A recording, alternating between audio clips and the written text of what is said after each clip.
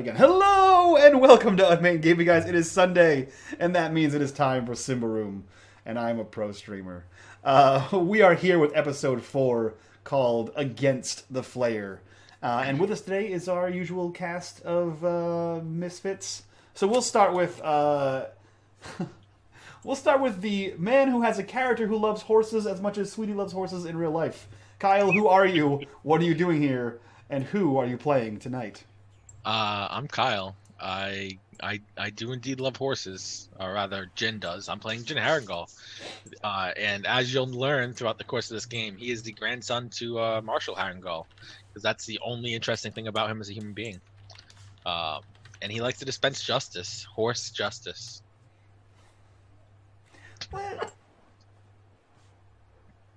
Don't ask questions you don't want the answer to. Excuse my voice, a little hoarse. Someone who has as many layers as those innuendos. The Ogre, Mr. Bitters, who are you? What are you doing here? And who are you playing tonight? I'm Mr. Bitters. I hate everything. Mm-hmm. I'm a moderator around here. Mm-hmm. That's mostly why I hate everything. I used to be Mr. Bitters, who loved everything. Didn't work out. I play Shale. He's an ogre. He's big. He's not dumb, but everyone thinks he is, and he's real strong. Bitters, why do you lie to people? You were never Mr. Bitters who loved everything. You were always Stabby Joe who hated everything, and then you got a new moniker that fit your attitude more. You say these things, but nobody believes you. I am a kind, loving person. No one believes that. People have played deceit with you. Oh, right. Speaking Shit. of your injustices, Sweetie, who are you? What are you doing here? You dirty liar who was a monster yesterday. And who are you playing today? I am Hello Sweetie 82. I do weird things on the internet. And I am playing Mahdga, who is a Ambrian raised barbarian now, who has Shale as her bodyguard, her big giant ogre manservant. Not really. He's not really a manservant. That was me. Mostly he protects my body, and it's a real luscious body, you guys. It's a changeling. It's super hot. It's not. She's got these teeth. It's not. And last but not least, I don't have any witty things this time. I'm out. Miss Ginger Ninja, who are you? What are you doing here? And how will you save me from the rest of your party? I'm gonna try, guys. I'm playing Nemenestrius, Nem for short. She is the healer of the group. It's not going great with her trying to shoot things, but she's trying. Yeah. Guys, I'm not ready for today, as much as these guys are not ready for today. We have some flayed skin, we have some monsters, we have some misspelled names on screen that I was just made aware of. And without further ado, previously on Chronicles of the Copper Crown, the Pathfinder known as Bellin, not content to be handed over to the elves, exposed himself for what he truly was, an abomination. Tearing through the camp and fighting for his life, the abomination nearly killed the knight Jhin Harengol, finally being bested by his unlikeliest of allies, Shale. Turning the remains over to the elves and quickly packing the wagons, the caravan was back on its way to Thistle Hold with great haste. Finally arriving at the gate, the new arrivals paid their tolls and entered the city to find lodgings. Going their separate ways as quickly as they came together, Nem, Jhin, and Mahdga and Shale began exploring the city, seeking knowledge and goods. Nem to acquire the needed items for her practices, Jhin to look for an armorsmith, and Mahdga with her companion to find Master Vernum, a member of the Ordo Magica. Arriving in the academy near Ordo Magica's tower, Nem found her companions entering the premises and joined them in hopes to find more knowledge in the ways of healing. What they found instead was the flayed remains of what was assumed to be Master Vernum, along with a trail of curiosities they hoped would lead to the murderer. Dun, dun, dun. We will start today's scene in the inn you guys are staying in, the Witch and Familiar. Jhin, you have arrived back there after rescuing a woman, a frail young woman, being accused of being the Flayer. You have made a deal with the men of the Black Cloak Bomelo, the Witch Hunter, that you had several days to find the Flayer and bring it to justice, or they would instead kill you. So, you are arriving back. Your friends are already in the Witch and Familiar. You are arriving back there for the first time, or I guess the second time since you arrived, with this woman in tow. What are you guys all doing? Them, I imagine, right? Mm-hmm. Because I'm Shale, Nem, and Mahdga. What are you guys doing? I've definitely Shale and I have gone back to our room to. We had blood all over, so at least I did from piecing together flayed skins like a puzzle. So I've definitely gone to wash up and help Shale and whatever, and come back downstairs. Yeah. Shale had walked like barefoot through some pretty gross stuff, so be taking care of that. Yeah. So there's like a wash basin in each of your rooms, and there's like a little small, wood stove in here that you can like heat a kettle on and put some hot water in there. Nem, what are you doing? She would probably wash up, put her little poultices away, and probably go down and just kind of people watch and eat. Okay. Hang out.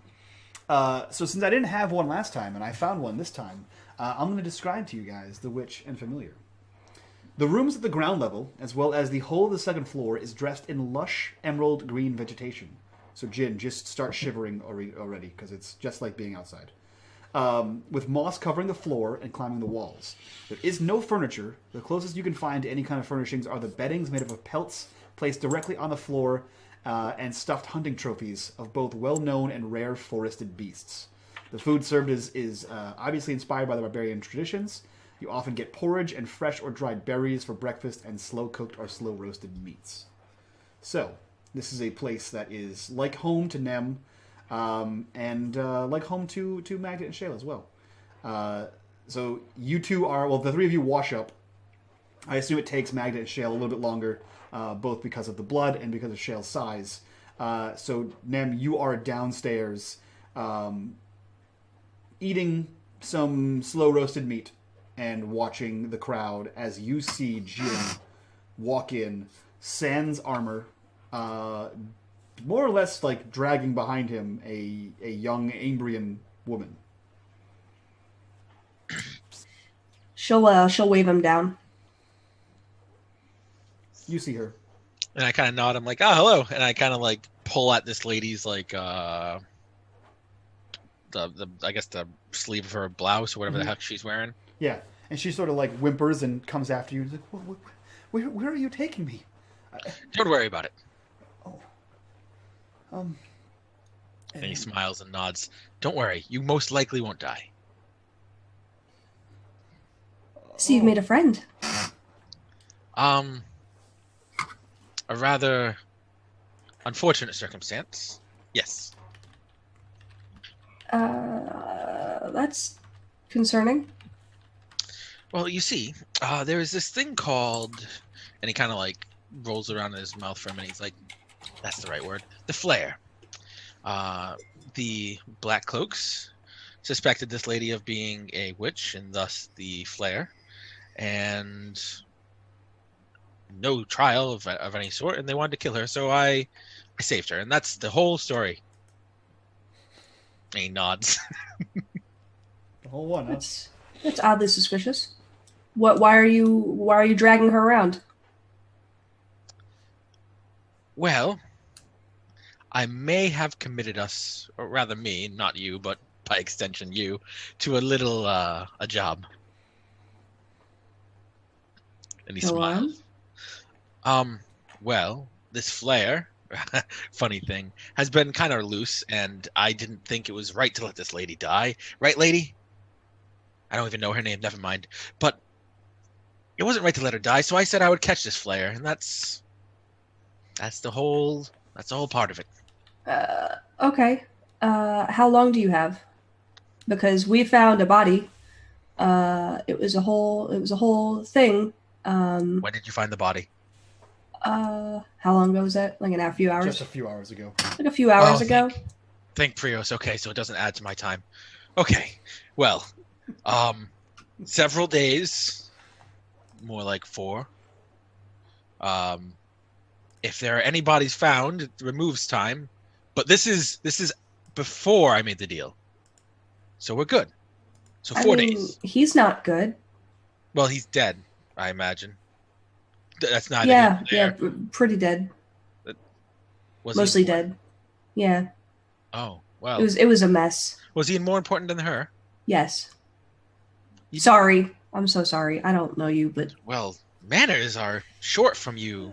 Shale and Mahdga, you come downstairs at this point at the awkward discussion of manners and apologies to a red-faced and like tear-stained young woman. I'm gonna sit her down and offer her food and just kind of sit with her. Okay. Yeah, she sits like there's no like furniture like tables and stuff like here, but there's like areas to sit on the moss-covered ground and like grassy knolls where you can do whatever you need to do. And you can sit her down and like you give her some of your plate, or you get her a new plate of food. I'll get her a new plate. Okay. So yeah, you bring over a plate of food, and like as you're as you're returning with the plate of food, that's when Shale and Mahdga kind of walk down to see this scene unfolding. Jhin. Yes. A word, please. Oh, and he looks up at Shale. Is like Shale like trying to impose his will or anything like that as you ask for the word? He's surveying the scene, trying to figure out just what's going on, to figure out how angry he is at what's going on. He nods. He's like, "Of course, Mahdga. Does our fair, large friend need to?" Yes. So what can I help you with? Gonna size up the woman that is sitting now with Nem. Mm-hmm. She's about 5'2", blonde, wearing a blue Sunday dress, and it is she's tear stained and she's dirty. Like the roughs are on the cuffs of her hands and around the foot area is dirty, and she looks like she's been roughed up a bit. You're not sure if it was by Jhin or by someone else. Okay, Thanks. so no problem. I'm gonna kind of move him over to if they're just a quiet area, just kind of away from the table, and I'll just look at him and say, this is hardly the time for guests, Jhin. Who is this woman? Well, long story short, she was believed to be the Flayer. I contested that fact rather heavily. Mm-hmm. I told them I would catch the Flayer. We would catch the Flayer, nay. Yes, well, I'm sorry, you told who that we would catch the Flayer? Oh, of course, the Black Cloaks. And if we don't, they'll kill me and her. You told witch hunters that we would help them catch a Flayer. Well, they were going to just straight up kill this girl. And I couldn't have that. That's not fair. She needs a proper trial. They wouldn't give her a proper trial. But Mello would never give her a proper trial. Do you know this woman? Do you know what the witch hunters are do you know what they're capable of? Well, yes, I know this woman. I've known her for all of 5 minutes. That's... Yes.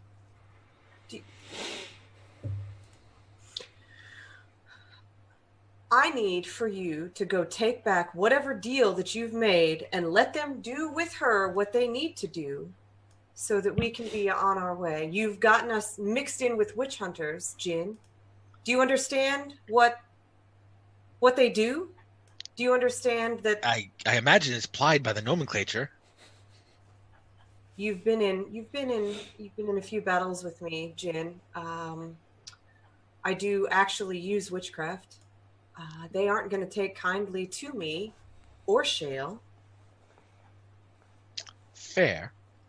But just don't be a witch in front of them. You are very stupid for a smart man. And you are very large for a soft man. Mm. And he smiles. He's like, we're all friends and family here. This young damsel, as it were, required my help. She came, she neighed, she ran to me. And I couldn't just leave her in her hour of need. What exactly do you need to do for this woman so that we can leave? Keep an eye on her. Make sure she doesn't get killed. Find the Flayer, kill the Flayer, or at least find it and prove that she's not the Flayer. Well, a couple things. I'm going to walk back over to the table. We have one more question. Yes, Shale. How do you know she is not the Flayer? Well, Mahdga, and he'll walk away. I'm going to walk back over to the table, and I'm going to look at Nem. And I'm going to look at this new, chick sitting here, and I'm just going to say, who are you, and why do they think you're the Flayer? She looks to you and she says, my neighbor accused me of witchcraft. That was all it took. They chased me and accused me of being a witch, and they said that I was an abomination and that I must be the Flayer.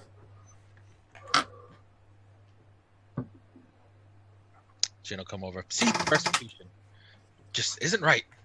We have to do something. I'm sorry, but I don't think that we can help you. Jhin, this is your problem. Nem, may I speak to you outside, please? Can I bring my food? Sure. Okay. She's going to bring her plate with her. Okay. She's eating chicken while you're talking to her. She's taking you seriously. She has her serious chicken face on. Yeah. Serious chicken face. Yeah. Nem, listen. Jhin has gotten us mixed up with witch hunters and God knows what else. We have bigger problems. You saw the mess upstairs. I still haven't wrapped my head around what exactly is happening. My best guess, and this is just my best guess, is that we saw the elf in the woods change into a wolf, right? Mm-hmm. I mean, we saw, right? Before our eyes, him change into a wolf. That was obviously Master Vernum hanging from the ceiling, and obviously not Master Vernum's skin on the floor. So Okay. what if we have an elf who can turn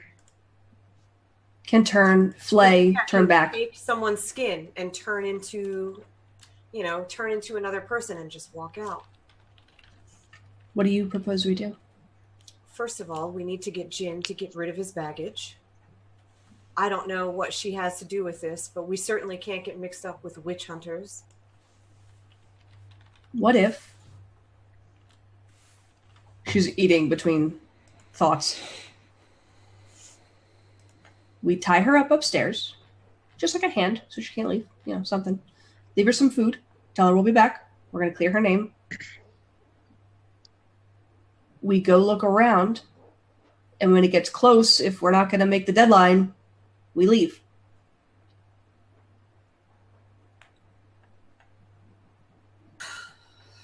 Okay. We could also just turn her in, and Jhin is on his own. Shale, what do you think, friend? I think actually when Mahdga said she wanted to talk to Nem outside, seeing Jhin not sure about this, he'd have just stepped in between Jhin and the door and stayed inside to make sure Jhin was in there. Yeah. So we'll then, I'll go back in if Nem wants to pop in with her food. She'll go back and sit next to the girl and watch her. Yeah, she just quietly is looking between Jhin, who is supposed to save her, and then Shale, and then back to her food. And then when you guys walk in, she brightens up a little bit because this is a terrifying situation. And then when you guys just sit there stoically next to her, she looks over to Nem and I'll give her a smile she and go back to eating my chicken. completely unsure of what the hell's happening. Politics, am I right? Listen, we're getting ourselves into trouble for you, and I'm sorry. I don't know you. I don't know who you are. I don't know what you've done. I'm going to give this a day. We'll see what we can find. But if it looks like you're guilty in any way, I'm sorry, but it's not going to be our issue. It's going to be your issue. Do you understand? You're saying this to Tened, the woman, rather? She looks to you and says, I am a witch. Are you the Flayer? He just throws his hand to his face. No. I've never dabbled in any kind of dark anything. Are there any elves that you've seen around the city?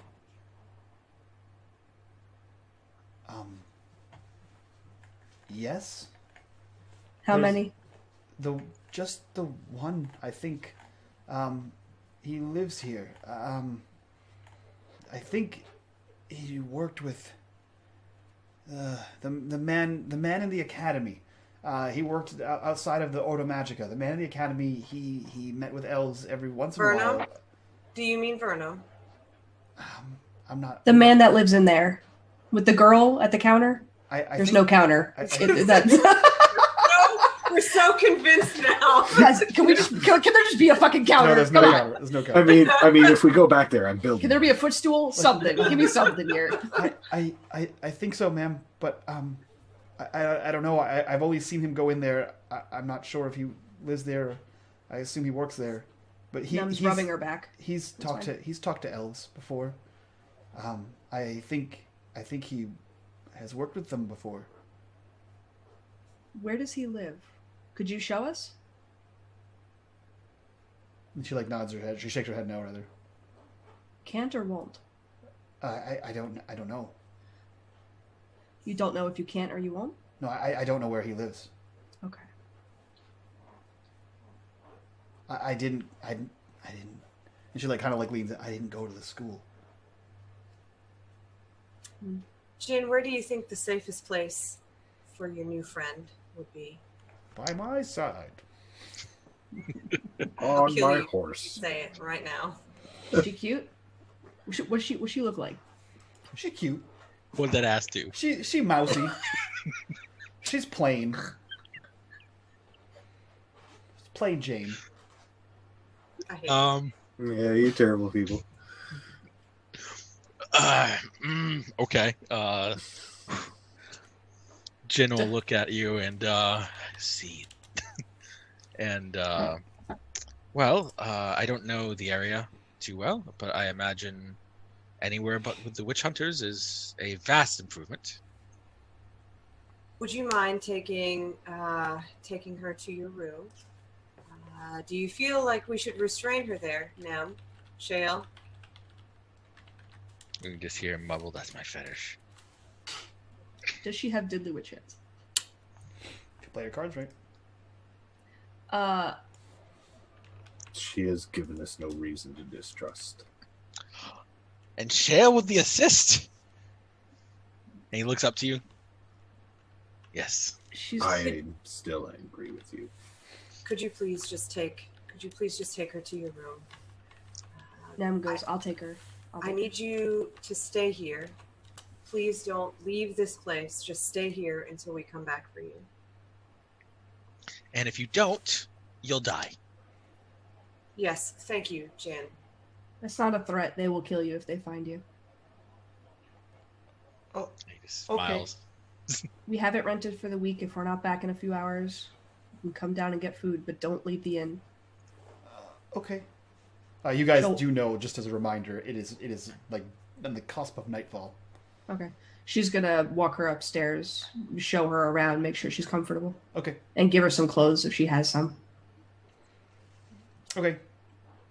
Yeah, you easily ascend the staircase to where the rooms are, and everything's grassy and mossy and outdoorsy. The remaining three of you that are in the opening chamber, what are you three doing? Well, I'm waiting for Jhin to come back so that I can tell him what happened at the school. Well, I think Nem is the one bringing her to a room. So Jhin and Oh, are you Jhin- She thought it was inappropriate for a guy to bring her up to Yeah, a room. so Jhin and Shale are. She's looking out for her. So Jhin and Shale are with you. Okay, so Nem, Shale, and I made our. Now, where were we at? Were we at the school? You were at the academy, yeah. At the academy. So Master Vernon. So you may have figured this out. Given that at the top of like the schoolhouse, right? Like there's like a small tower in the schoolhouse. That's where Master Vernon was, and he is a master of the Ordo Magica, as far as you were told by Bartolom. He seemingly is at least a person of authority in the academy. Right. Whether he runs the academy or not, that's something you're not sure of. But he is a person of note in the academy. The academy is adjacent to the actual Ordo Magica tower, and Master Vernon, per Bartolom, was your contact to kind of get in there. Okay, so Nem, Shale, and I made our way to the academy to speak with Master Vernon, who's our contact for the Ordo Magica. When we got there, we were greeted with an overcome woman who took us up to Master Vernon's room, where there was a body hanging from the ceiling, a flayed body with lots of skin and blood on the floor. The body appeared to be Master Vernon, as best I could tell. The skin on the floor, I pieced together a little bit and found the skin of an elf. We were just told by your charge that that there was an elf that did help Master Vernon from time to time. So I'm not really sure what's happening, but whoever this Flayer is has definitely been there, definitely knows, his way around the town. And I'm not sure what to do at this point. You've gotten us into a situation now where we have to figure out who this is. So if you have any ideas. There was the note mentioned. Oh yeah, Nem. I think Nem has the note. Because she knew that she could... All right, do alchemical stuff. So, go on, Nem. No, go ahead. Jhin's just gonna be like nodding the whole time. Well, in for a penny, in for a pound, or whatever the equivalent is. In for Orteg, in for a Thaler. Real quick, Nem, just as a reminder to you, Bitters is correct. You have the note that was found covered in blood. You made a roll last episode that would allow you to use some alchemical reagents to clean this in a way that would make it readable. You're headed to your room. You can do that while you're there if you'd like. Yeah, I was going to say, can I do that? And then when I'm done, come down and get them to come back up and read. I want to read it in private. So I would tell them to come back to my room. Sure. Yeah, so you bring the girl to, I assume, your room, because you guys only booked enough rooms for the 4 of you.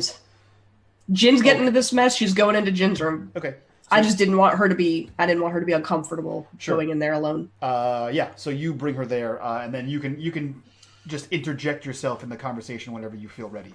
Okay. So Mahdga, you were discussing the letter, and Jhin. Go ahead. Oh no, I was just saying in for Orteg, in for I am muted. No, I'm You're not. not Okay. muted. It had the icon there for a second. So yeah, I was just saying in for Orteg, in for a Thaler. He's like as far as the Flayer. What is a Flayer? I know it flays. It's in the name. Rather unconventional name, I suppose. Are they traditionally human form? She's going to pop in behind him. I believe it's just someone who flays skin. I have a note upstairs if you guys want to read it. I got it, Mahdga. If we want to. Yeah, let's not in public. Let's go finish the note. So she'll lead you guys up. Just want to say that I love the fact that you asked that question, Kyle, because I feel like that's an appropriate. What does a Flayer look like? You think like it is just a name. It's just that's why she. That's. It was someone. She was like, "You're dumb. I have a note upstairs." It's like Jack the Ripper wasn't his real name. He just ripped people. What is a Jack the Ripper? What does a Ripper look like? What does he rip? His pants? Like, what is? But I think Jhin is that kind of guy. So that's pretty good. So you guys join here in the center room and you head up to Nem's room. I will show you guys this letter.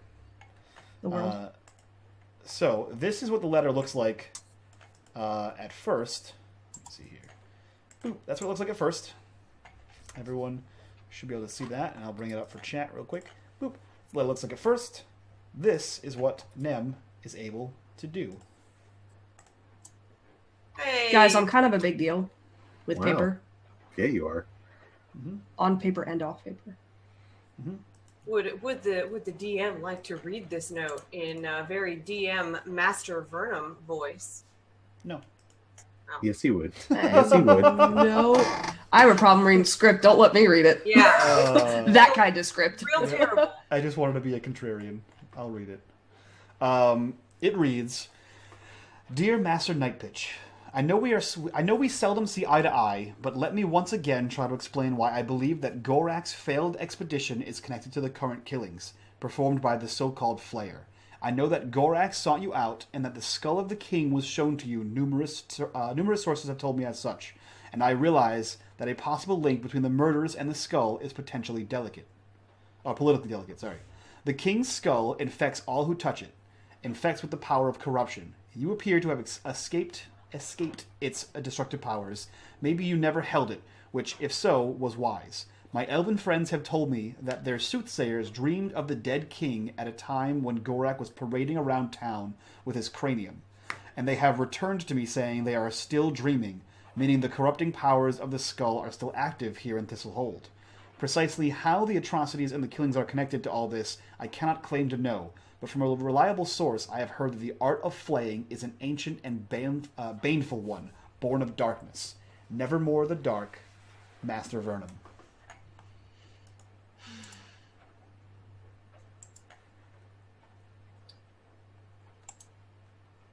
So that is what it says.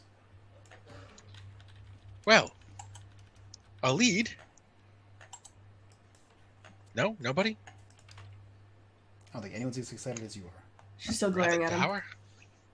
Well, this Gorax, yes, and Nightpitch. That's a lead. That means 4 days left until I die if we don't follow this lead. Feel like perhaps we should just let you die in 4 days. You'd miss me, I guarantee it. If not, just to teach you a lesson. All right. Everyone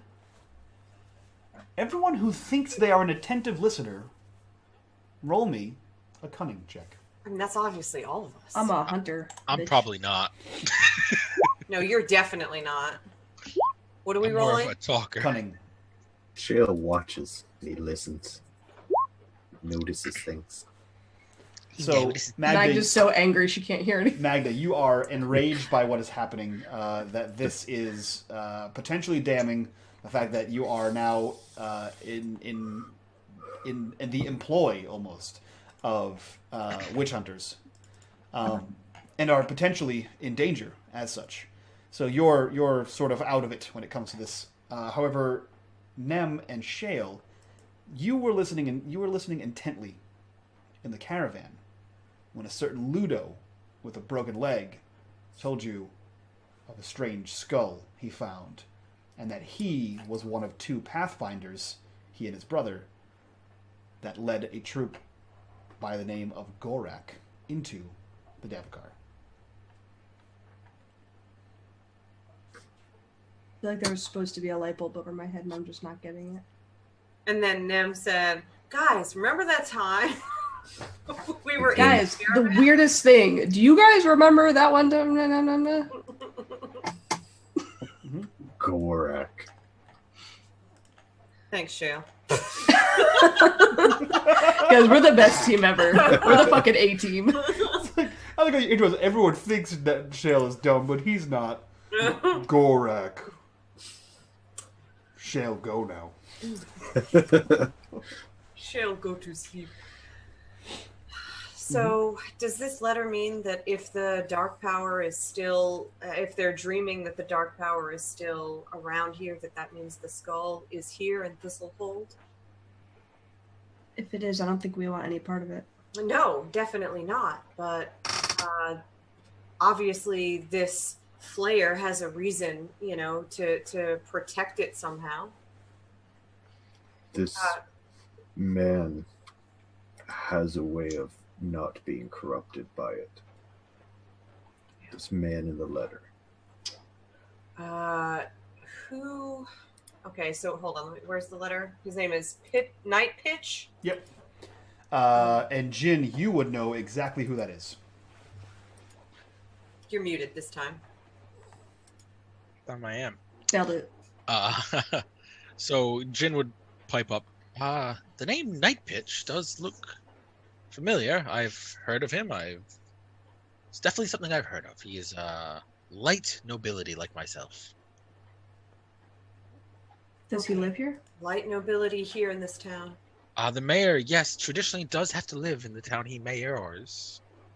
The mayor. You know, Jhin, you could just start the sentences with mayor instead of light nobility. It's real frustrating. Well, we got there in the end either way, right? You're So gonna where- get there in the end either way if we don't find the Flayer. Oh, quite right. Oh. Let's not joke about that, though. That is my head. And if my head's gone, well, We'll leave. who's going to protect you? Aside from Shale, of course. Never mind. You'll be fine. Can I please have your help? Please. For everything I've You done. know, Jhin, give it a rest. Do you know where we could find the mayor? Do you know where he would be? Without the sass, preferably. Town hall? The town hall? Okay. So here's what I suggest. Perhaps we get a little bit of rest. It's getting really late. Tomorrow we'll convene and go to the town hall. Jhin, you fit in more with these people than I feel I ever will. And Nem, you're much better at talking to people than I am. And so I feel like if we just get to the town hall and maybe get some answers from this Night Pitch fellow, we'll go from there. But I do think we should get some rest. What if, and hear me out, guys, what if he goes and we just go check out this elf to be sure? My worry is that if this Night Pitch man is indeed connected to this skull somehow, sending someone in alone is probably a bad idea. Okay. People don't really take kindly to people like me, but It is Jhin, after all, so if something does go awry, sending him in seems like the best bet. Jhin, what do you think? Do you feel comfortable talking to Night Pitch by yourself? A man of his stature. Yes, I believe I would be right at home. He's definitely going to get killed. All right, let's get some sleep, and we'll convene in the morning and make our way. Jen, you take my room. Nem's used to sleeping in the trees, so she'll get a nice mossy, comfy spot in his room with our hostage, Guest. our friend. Our new Yeah. friend. Honored guest. Yep. Okay, sure. So that's where we'll end that scene and the day. So About before sleep, but after lights have been out for a little while, Mhm. Shale will eventually speak up, just kind of sitting in the corner of the room brooding. Mahdga, are you awake? We could go tonight, and they would never know. Yes, I've definitely put some thought into it. I have, and I hate so much to admit it, but this girl, there's no way that she's the Flayer. She's a witch, and she's being persecuted for being a witch, and I know how that feels. And I would like to find out what's happening here. Master Vernum is definitely dead, and there is something terrible going on. I would like to get some answers. If things start to go awry, though, we do have the option to leave. I don't like any of this either, friend. I assure you. I am very unhappy with Jhin. I I don't like what he's gotten us into at all. And if it seems like we are not going to be safe, you and we can go. You will tell me. Yes. That's good enough. And then we'll bitch about Jhin some more and then go to sleep. Can you believe him? Oh, he's the worst. This guy. Nem's gonna take care of her, make sure she's cleaned up, fed, gets to sleep. She'll kind of stay up until she falls asleep and then go to bed. Okay. Is it a sponge bath? Yes. Yep. Just How many people fit in those basins? Just No. enough. Just What if I'm under 5 foot? you can squeeze 2 children in there. Good. So they're in there. So they're in there. Yeah, Nem's like 4'10". That's just So- weird. Yep, that's how that works. Cool. So you guys are here at 9. That's where the Witch and Familiar is. Your best guess, Jhin, for the morrow is that the seat of the council is in the Antiques Plaza here at 26. Sweet. And ironically, on the way is the Ordo Magica and the Academy. So you guys can take any number of ways to get there. So we'll end the scene and the day there. You guys can heal as necessary, and we'll start in the morning. Nem, I assume you're one of the first people to wake up, as is common for you with hunting, and you are getting some kind of food ready for mostly yourself, but also a small plate for Tenid. Justice doesn't sleep.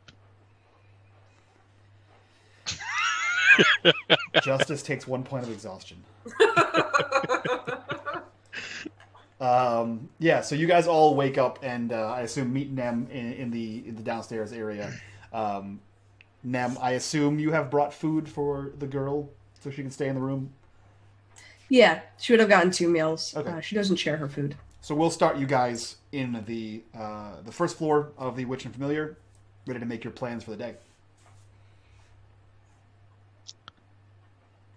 So, Jhin will be the first one to talk as he's nibbling on some bread or whatever have you. Let me run it back. I will be going to visit the mayor, and you will be all off doing your things, correct? We won't be far. Fair enough. None of you are interested in attending with me. It's quite the experience meeting a mayor. None of us are as obsessed with status as you are, Jhin. We just want to figure out what's happening. I suspect the mayor may be involved. And what better way... Oh, sorry, my apologies. Shale, continue. And no, I've lost my train of thought. I'm sorry, Bitters. I apologize. Shale lost his train of thought, not Bitters. No, Come on, Bitters. guys. Bitters. Yeah, no, Bitters knows what he was saying. Yeah, he knew it the whole time.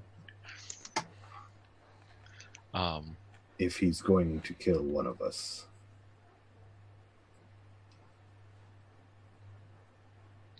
He'd rather it be you, is what he's saying. Oh, thank you for the clarification, Mahdga. 1,000 thank yous. I would feel more comfortable having an extra 700 pounds on my side. Unfortunately, that's not going to happen. Fair enough. I figured I'd ask. Would you settle for an extra 100 pounds? Do you have a couple of heavy rocks I can use to throw? Never mind. You can go by yourself and go fuck yourself. oh, you did it to yourself. She's gonna walk. She's gonna walk towards across from that building where she thinks the guy lives now. I'm sorry. Yeah, she was gonna help you. Fuck you. As we're walking being an out, asshole. I'll say, you know, do we think he's going to be okay? No. Nem is My still eating fear- breakfast. My Sorry. fear, obviously, is that the skull, he is immune to the skull. And one who knew was the man we found. This seems like something treacherous men would use to their own advantage. Jhin is the worst thorn in my side. I don't want to send anyone into their death.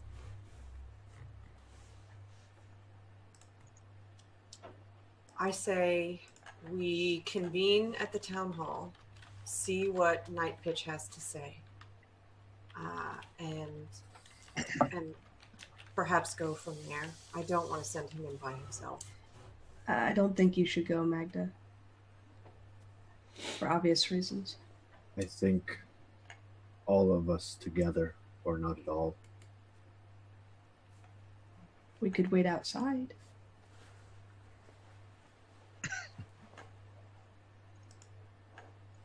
I'm not privy to this conversation, am I? No. No, you walked off. Even if you were, we're not addressing you. We could wait. We could wait near and near enough to be there for trouble, and then get information from Jhin when he comes out. I feel like that's probably the best plan then. So he's not alone.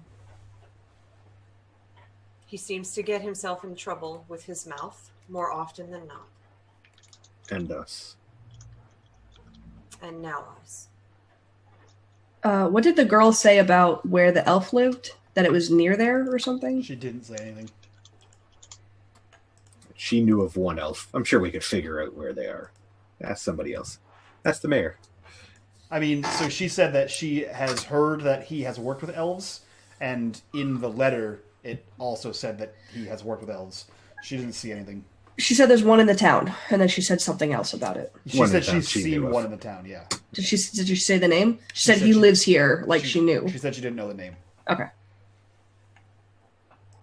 Can we see Jhin? Do we see him at all? Is he near us? Yeah, I assume he's outside trying to, pet his horse or something. So do we all want to make our way outside? I'll make my way outside, and just let you know, Jhin. We'll follow you to town hall. I believe it would be safer for all involved if we wait outside for you. I just know that you won't be there alone. Please, just gather information. No one cares who your grandfather is. Just get the information and come back out and let us know. And if you could find out who the elf is that lives in town, maybe where they live, if it comes casually into conversation, maybe. So, talk to the mayor, find out about this expedition, find out about the elf, gather info, and don't mention my grandfather. Don't mention the grandfather. And don't tell him that we have the girl hidden and where she is. Maybe don't mention the letter that we know about the skull. Definitely no mention of the letter. Is this too much for you? I feel like this is too much for you. It's not enough, actually. Oh, Jesus. We're so fucked. All right, so let's start making our way to town hall. Making our way downtown, moving fast. Okay. Can we fire Kyle? Yeah. Can we? Yeah, that Just was kill him always so he an can make a option. new character. Yeah. I'm gonna make Melvin next. He can only play assholes. No, you're not allowed to play Melvin ever. Yeah, so never. you guys are just making your way straight down to the seat of government. Is that what I'm hearing? Yeah, I mean, we don't have an appointment, but look at us. Yeah, you guys seem like you're... I definitely have cloaked the bejesus out of my face, though. I know that there are witch hunters around. I know that we're in a lot of trouble. Mm-hmm. Yeah. I cast a pretty big shadow to hide into. Yeah. So, Jhin, you know this place is basically the small council.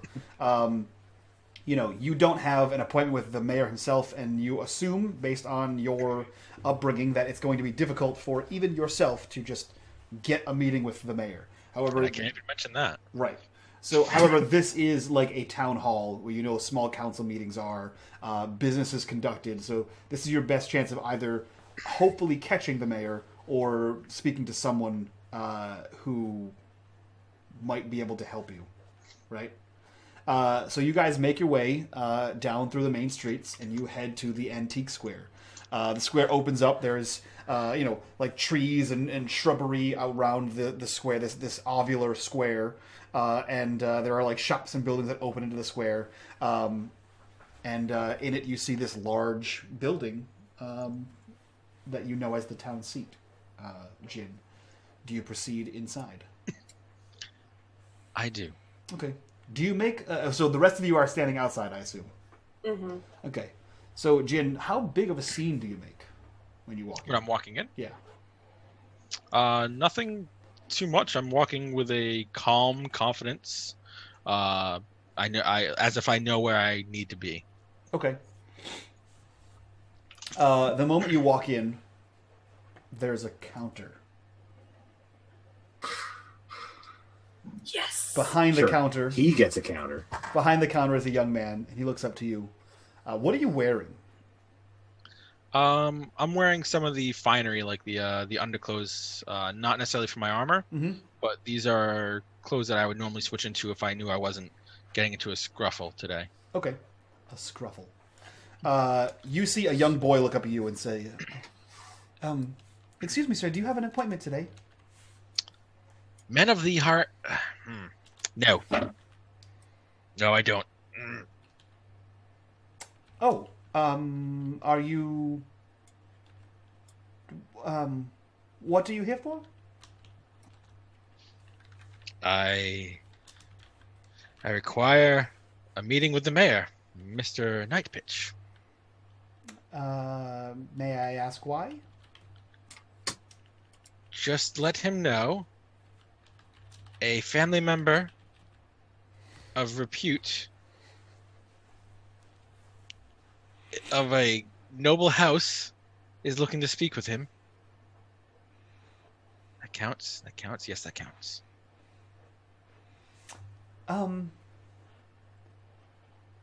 Which house?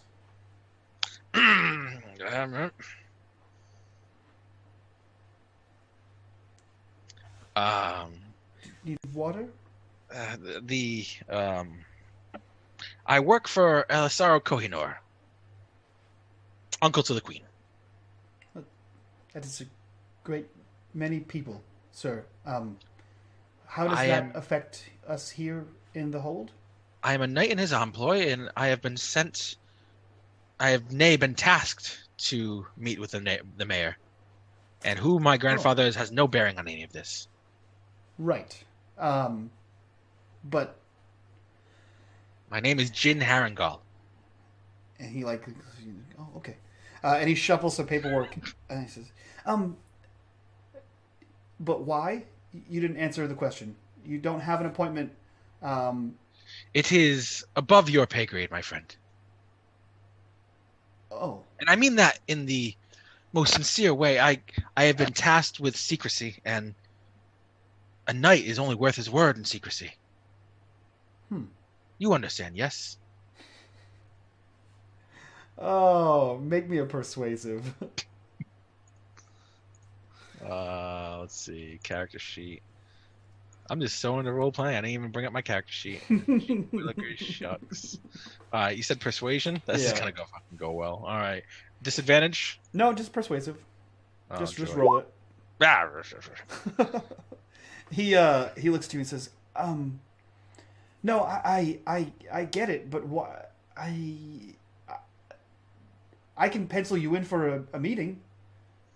When? Well, and he just reaches down and just pulls out a large tome. He's gonna put his hand on the book immediately before he opens it. Oh. So, here's the thing. Mm-hmm. If I don't speak to the mayor, Yes. there's bound to be at least 5 more dead bodies by the end of this week. Are you threatening the mayor? No. Oh. I am trying to save the mayor. From? I'm not allowed to mention this thing either. You know the Flayer? Yes. Yes. It might be looking for the mayor. Oh, well, then you don't want the mayor. You want Bomelo. He's No, about here's this the thing. Oh, Bamelo wants to kill me. I think. More than likely, once he meets me. okay. I need the mayor. The reason I need the mayor is inconsequential to you. It's only consequential to the mayor, and if we all purport to survive this, yourself included, I must go see the mayor. What if I set a meeting For today, for tomorrow say it with me. with Two. Addergorinder? Is that some other language word for Mayor Nightpitch? It is not. It is. And no, It is the mayor's right-hand man. He runs this building. I don't need the right hand. I need the head. Yes, well, you'll have to wait several weeks. Even I can talk to Mr. Gorinder, and maybe bump the up by a few weeks, but because of your status. But he's a busy man, you see. Tell me this, Mr. Gorinder, Coriander, whatever it might be. Mm-hmm.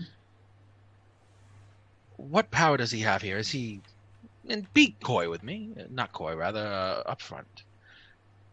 How much power does he carry? He is the mayor's right hand. So Would you say he has the same power as the mayor? I would say he has the closest to it. He slams his hand on the table. Then I want the mayor. Yes, well, Yes, well, what? no. No. Where is the mayor currently, presently? I would assume In a meeting? in his home, His home. the night home. Okay, well, pencil me in for that meeting with Coriander, and I'll see you tomorrow. Okay, well, good. I'm glad. And he like opens up the book. I'm glad we could assist you. You said it is Harengard? Cretin. No, Harengol. Gal. Oh, there was like a knight, right? The marshal. Yes, who saved... You know what, never mind, it's Harengol. Harengo... Fuck yourself, L. That's close enough. Tomorrow, in the morning, just come back by and we'll get you right in there to see him. You've been so helpful. Mayor Thank you. Death Flayer? Question mark. Have a good day. Quite. And he closes the tome and slams it back down. And he goes back to shuffling papers and doing minutia. So, where is the mayor's house? Do I know that? You don't know it, but you can find it. Okay. You now know that it's called the Night Home. The night home. And yeah. Yeah, like, so I'm gonna find a map as I walk out. I'm gonna basically just walk by them if they don't have a map, and I'm just gonna keep fucking looking for a map. Okay. I'm Yeah. gonna door this shit. I'm sure you can find a map in the town seat.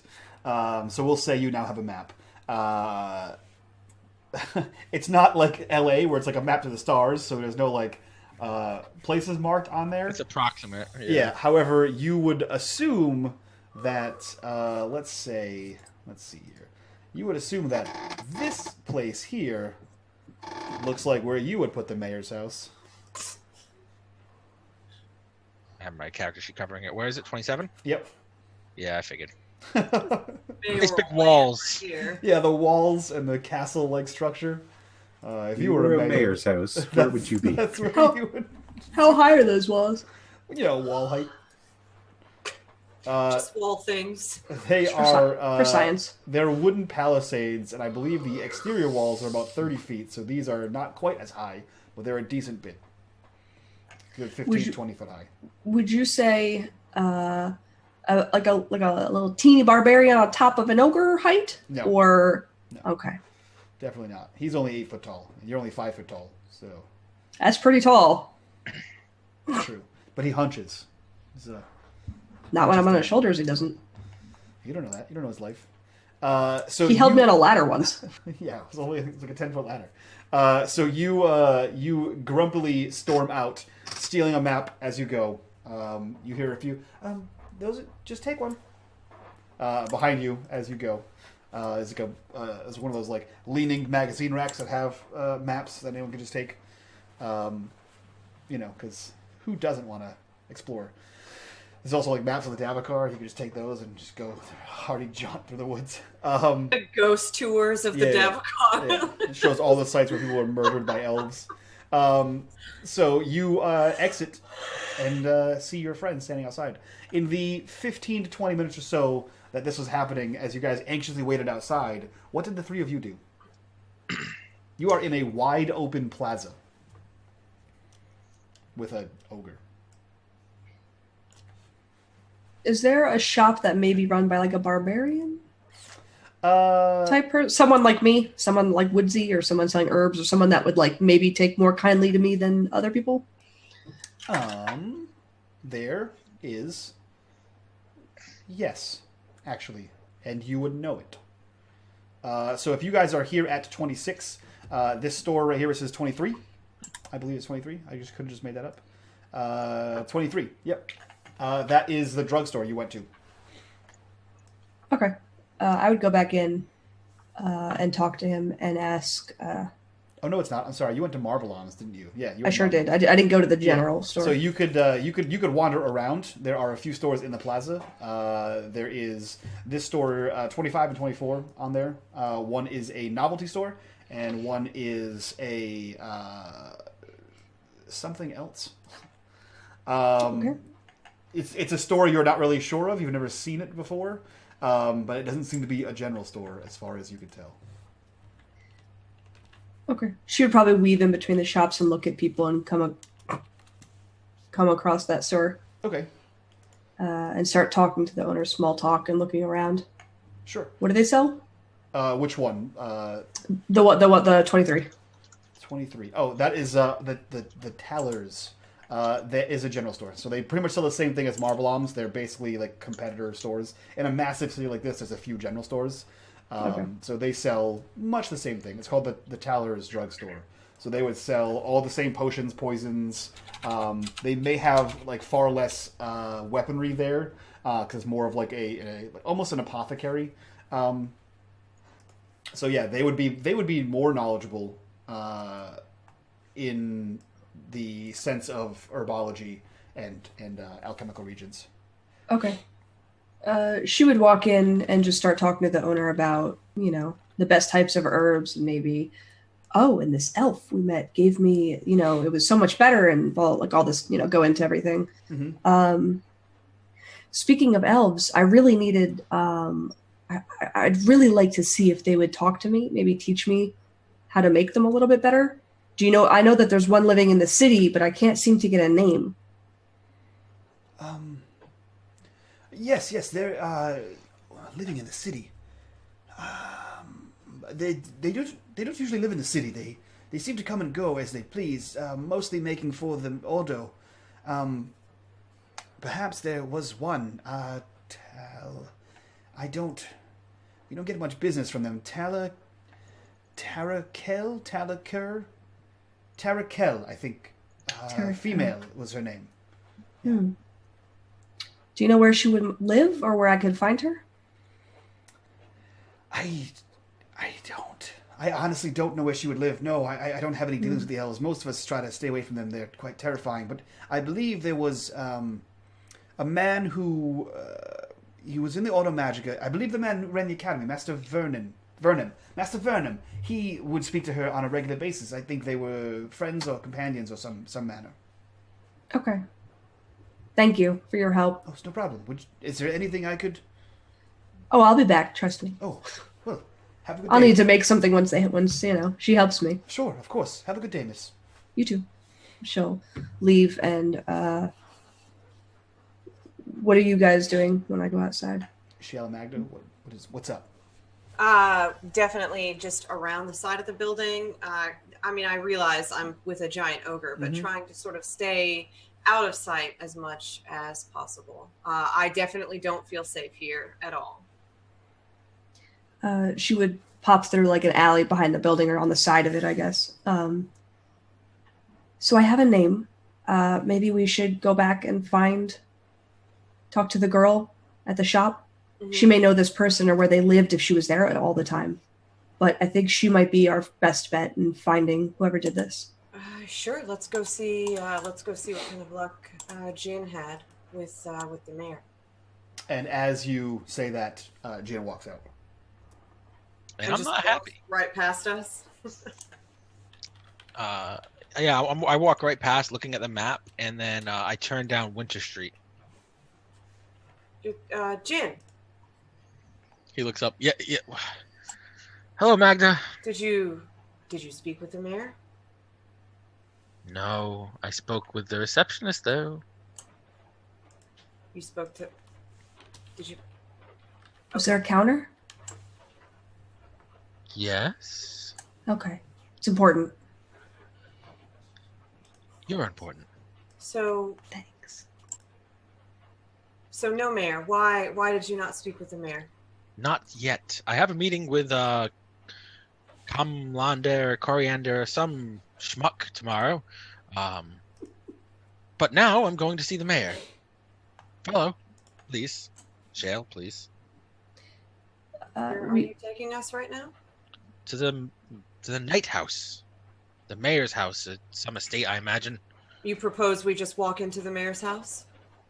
Well, not just walk in. We knock and we present ourselves like normal beings, not necessarily human or embryons. But yes. So, what was the name of the? You said there was a shop we should go to, Nem? Yeah, maybe we should go do that while he deals with more stuff that we don't understand. Oh no, Jhin, you just come. You come with us. We're not gonna go to the mayor's house. That's not a thing. Yeah, that seems like a bad idea. There's a lot of guards there, I'm assuming. I mean, it's his house, that's kind of rude. I will be seen today. Jhin. Yeah, we see you. We hear you, but it's just... By the mayor. What if, and hear me out... Desk jockey is going to keep me from seeing the mayor. I mean, what was the desk like? What if I keep you from seeing the mayor? Follow us. Shale, you make a very strong argument. Lead the way. Jhin, you've gotten us in enough trouble today. Please just come with us so that we can figure some things out without barging into the mayor's house and bringing even more attention to ourselves. Is that okay? He looks up at Shale. Is that okay, Shale? It is not me. Please stop talking to my friend like he's stupid. Can we go? I was merely asking for permission, but yes, we shall go. Her name is Tara Kell. She was actually friends with him before he died. Doesn't mean it wasn't her, but maybe we should speak to the girl who was crying in the front area. Sure. At the academy? Not at the desk. No, the academy without it really needs a desk, doesn't it? Yeah, if you're gonna study books, what are you gonna put the book on? It just doesn't. Okay, we'll go. When you get lost in the actual schoolhouse is where you put the books. But I feel like when you get there for the first time, there's always at a school a front desk. Always. Is there? It's just common practice. Is back behind the front desk. This is some weird mixed up fantasy world we're living in. Right. Yes. All right. So we make our way over to. Oh, I hate you people. To the academy, and I mean, I'm fairly confident. We remember where it is. Yes, you are able to find it. It is right here. You really hate us, Mike. But let me ask you: are there necromancer babies in these woods? Yep, there are now. Good to know. Now there are. As we do walk around town, though, I would like to keep an eye out for Bartolom. Just if I happen to see him anywhere out and about. Okay. Yeah. Roll. What are you looking for him for? I mean, he knows a whole lot about the Ordo Magica here. I know he went in to go see Vernum. Just kind of see what happened when he went to the academy. Okay. Roll nothing. Nothing for now. Okay. You guys get back to the academy quite easily, so we'll end our scene there at the town seat. We'll pick up at the academy in the Ordo Magica.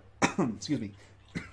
You guys told her to call the authorities after you left and not mention you were there. She was terrified and got most of your message. She is... Man, she's there. Why not?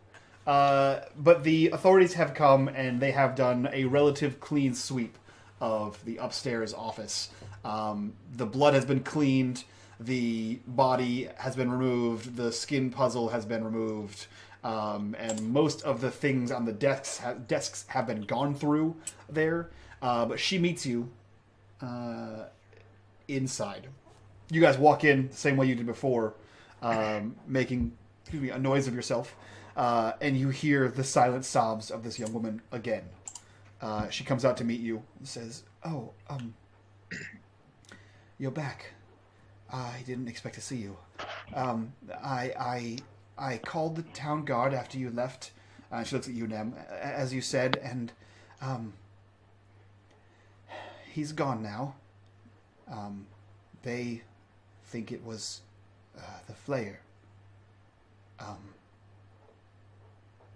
I will wait for a new master now, when the order appoints one. Until then, I will stay here. How's your day? And she just seems going through the motions and is hollow at the loss of her teacher. Basically, she's the apprentice to a master wizard, essentially. And you can tell that she just seems devoid of feeling. And she just kind of looks at you and says, how is your day? We're very sorry for your loss. We are actually looking into finding the Flayer. Unrelated, we are looking for someone who we think was friends with your master, Tarakel. Does that name ring a bell? Yes. Okay. So... come sit. And she motions toward the room that she came out of. And you can see that there's also no counter in this room. However, there are large, comfortable couches and chairs, a fireplace, and a small sitting area. She sort of ushers you in and motions for you guys to sit down. How large? You could sit on a couch and use it like a chair. Fair. I'll take it. She's going to turn around to Jhin specifically, because he wasn't here for any of this, and then turn back around and keep walking. She doesn't want him to say something douchey, because he just died. So she's real sad. So she's just watch it. Fair. So do you guys all go in and sit down? I don't think I would sit, but I'll go into the room. Okay. The rest of you, however? I would sit. I'll sit. All right, cool. Shale doesn't want to be imposing, so he'll sit. Sweet. Yeah. So yeah, you just sort of and you can feel this couch creak down. She waits till you all assemble in your various seats or stances, and looks to you and says, "Well, you see, it turns out that the skin on the ground." We know. Yeah. Was Tarakil. And not Master Vernon. So they both appear to be dead. We have reason to believe, based on events in the woods prior to coming here, that she is not dead, and that elves can change shapes while losing their skin, shedding it, if you will. Well, of course they can. Yes. So why would she be dead? Wait. Of course they can. Yes, it's well known that elves can shape change into beasts. I mean no insult, but if you put your mind to it, you probably could too. And she points at Mahdga. judging by, you know, I don't think they turn into... So, they don't shed their skin when they change, though. They just change into animals. Did they find a body to go with the elf skin? Well, no, not yet. Do you know where we could find her if she were alive? Residence, hideout. She doesn't live in the city. She's an emissary from the forest, and she is here maybe twice a week, talking to Master Vernum. The last time I saw her was, well, 2 days ago. When he died. Yes. How close were Vernum and Night Pitch? Well, they were at odds often. Night Pitch was, he's the mayor, and he has the town's best interests at heart, and he does what he can to make it profitable. But Master Vernum was an educator, and he was inquisitive, and he made friends with elves. And that wasn't always good for business, but it was good for knowledge. And one chose profit, and one chose knowledge, and not always did they put them together. If we wished to seek an audience with Night Pitch, is there any way that we could get him here to have a meeting? In the academy? Sure. Is there any way that you could set up a meeting? A reason for him to come to the academy? I could try. I don't think... I don't have any sway here personally, but perhaps I could try. Just a matter that he would need to come tend to.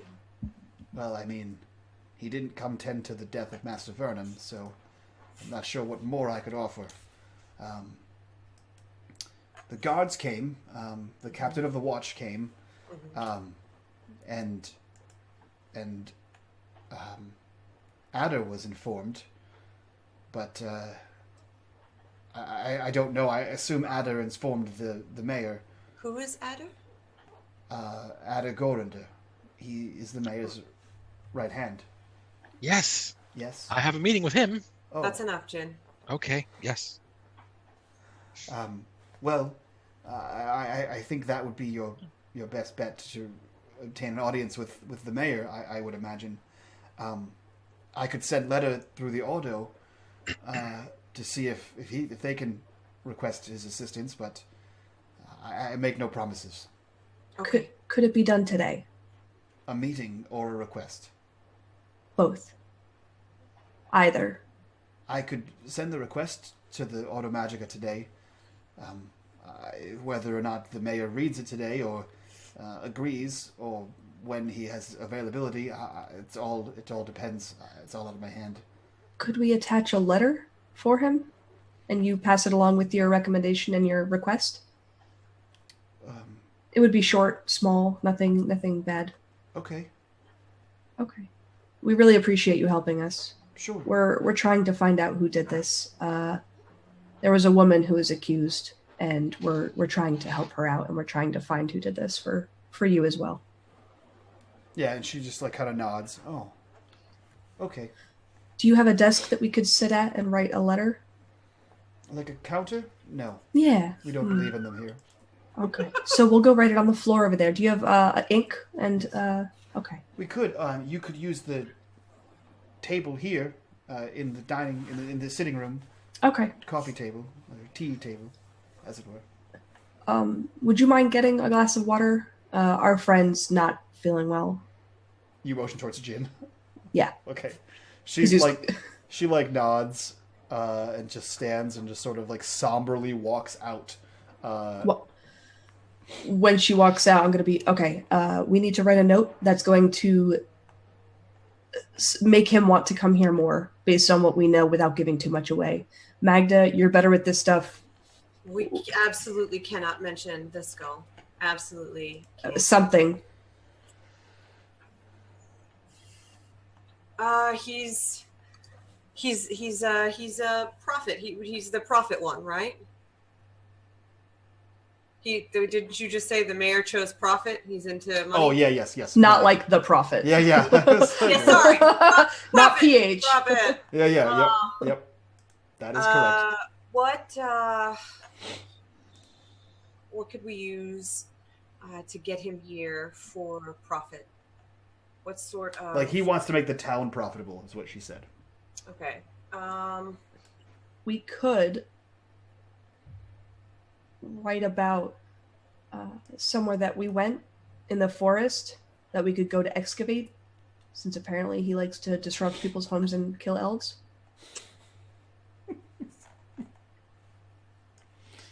Wow. She's gonna look to Shale. Drinking the water. No, he hasn't gotten it yet. She's away, so we can talk about this. He's just chugging water. Shale, what do you think?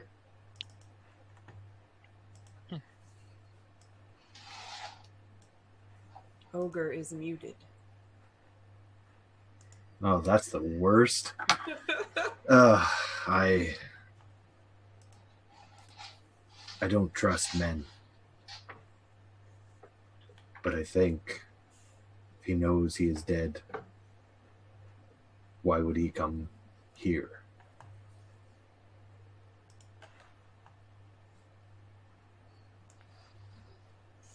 Jhin? Am I allowed to talk now? For a moment. Anything to get him here, although I do have a meeting with Gorendal tomorrow. You wanted your meeting with the mayor. Here's your chance. And let's take it. How do we get him here? Well,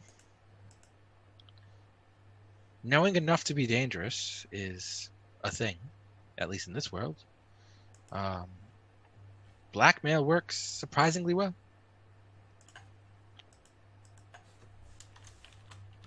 He has more connections than we do here. We have to be careful. We're outsiders here. We're only in this situation because of you. Well, then we create a dead man's drop.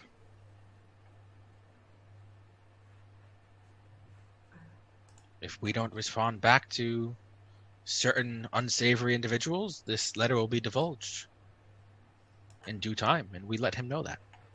Whether we actually do it or not is a group decision. We'll have to go back and move the letter, but I think that might be a good idea. Mahdga, for the meeting, I don't know that you should be here. He has control over the city, and not everyone in the city likes witches.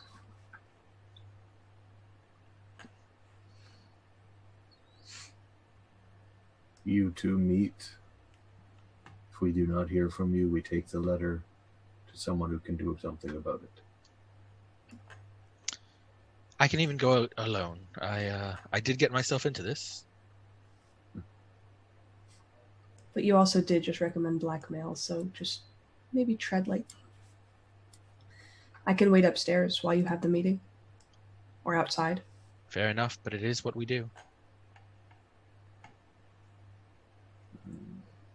Now, how do we get him? Word of our community's acclaim spreads. You have the words. That I do, Shale. So well so far. What was that? They've done so well so far. We're alive, are we not? What if we take an excerpt from the letter and put it in so he knows we have the letter? We don't know what skull he's talking about.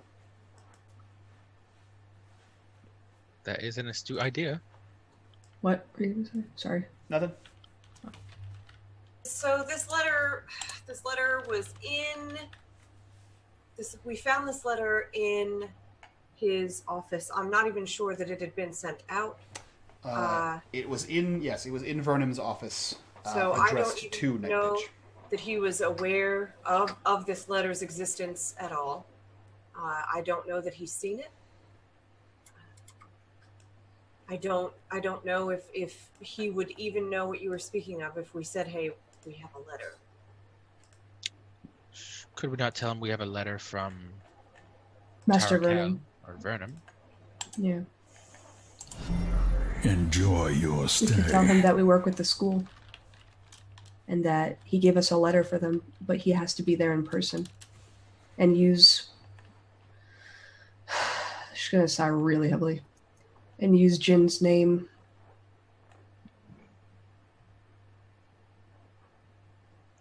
What name is it, Nem? Aaron Gollywood? She's just ignoring the question. At this point, the young woman walks back inside, and she has a mug of water, and she hands it to Jhin. And she looks to all of you, stopping on Nem because you've talked to her the most and have been the lead person. And she says, "Oh, I guess I have something for you. Yeah. Hold on." And then she leaves again, and you see her that she walks upstairs. She's gone for like a few minutes, and she's gone for a few minutes. She comes back downstairs, and in her hand is a folded paper. It's folded parchment, and she like looks around and hands it to Nem, and says, "I think this is for you."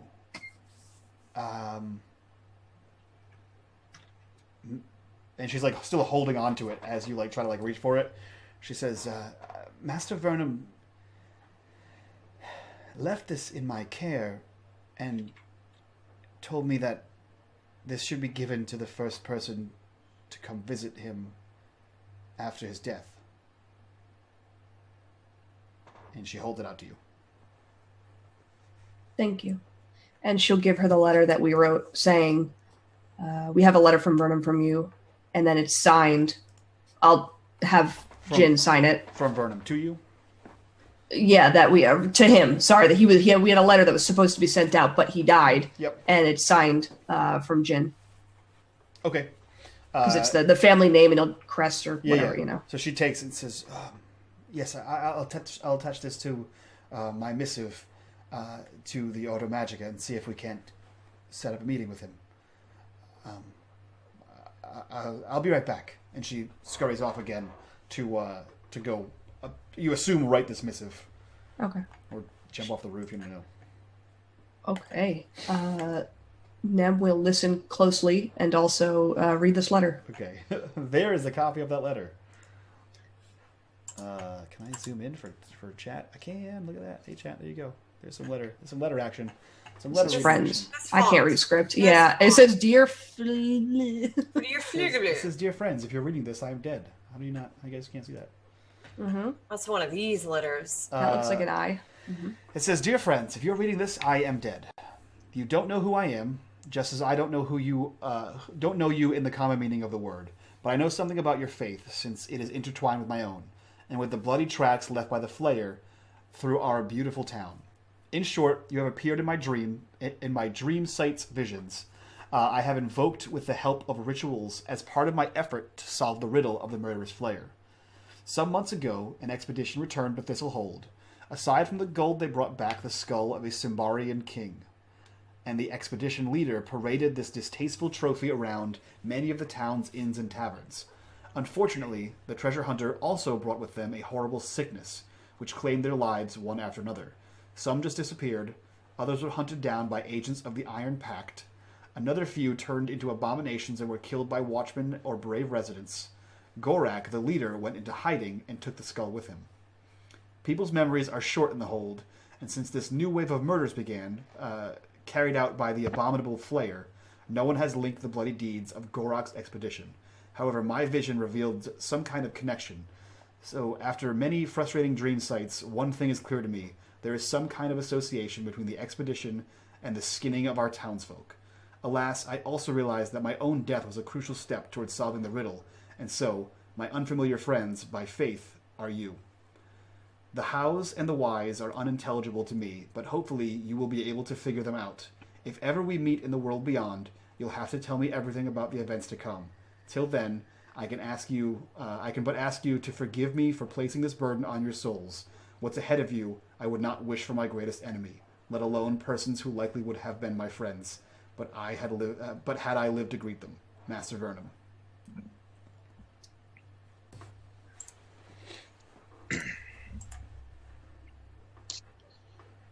Well then, we have our inn.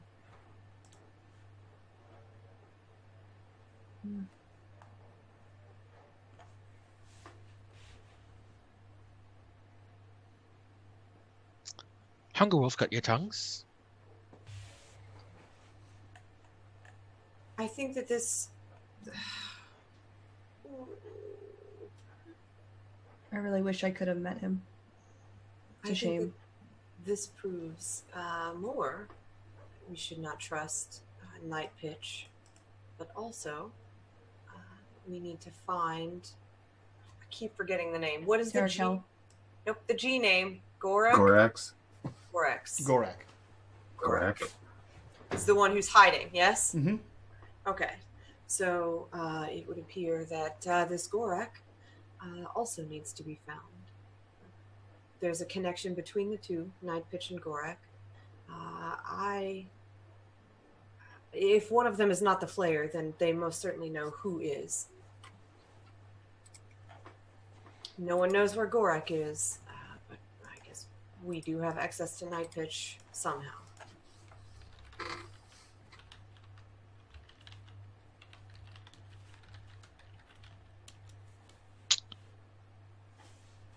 How do you suppose we find this Gorak?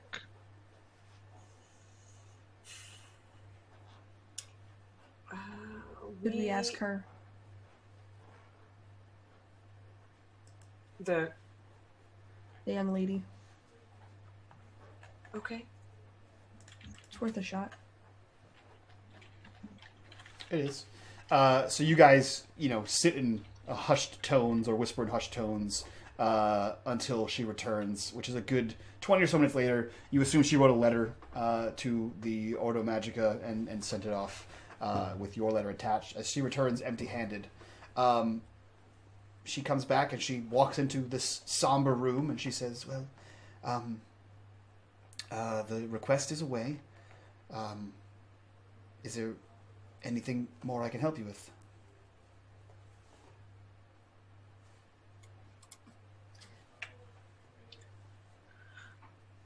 So, do you know anything about Gorak or his expedition into the forest?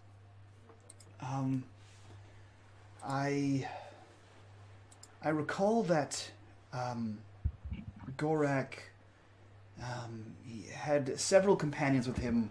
Gorak and Alahara was his companion.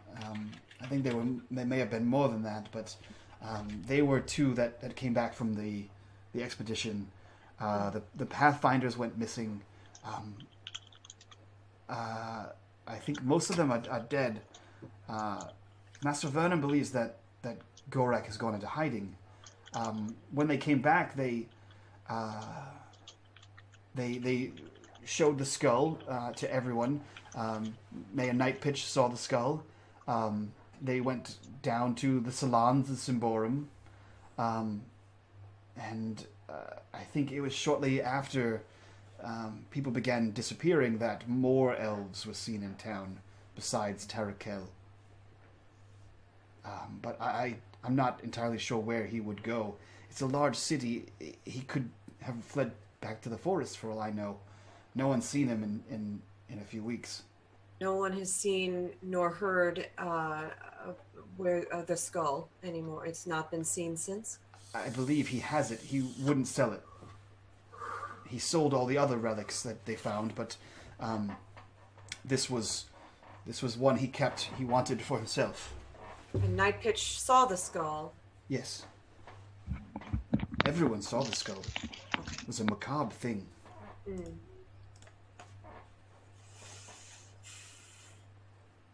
And no one's seen Gorak since he went into hiding.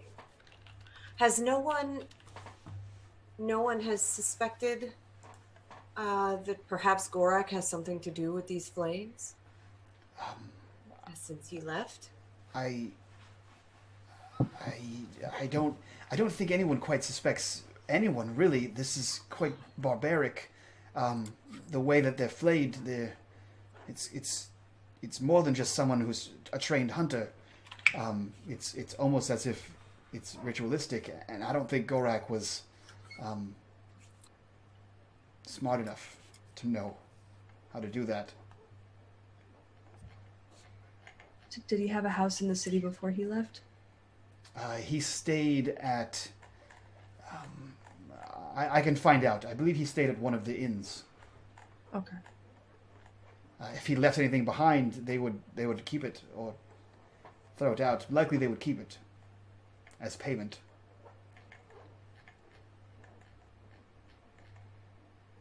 Tell us about the night of the murder. Were you here? I was. And she like settles into the couch next to Nem, like looking up at you on your opposite couch.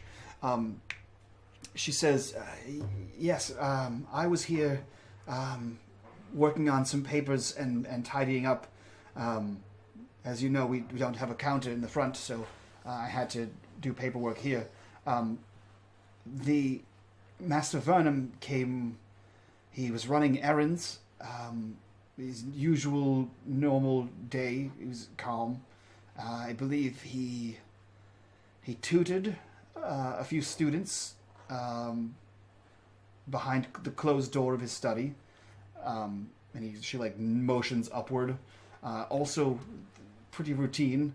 There was a loud bang, and I asked through the door what it was. And he responded that I was not to worry about it.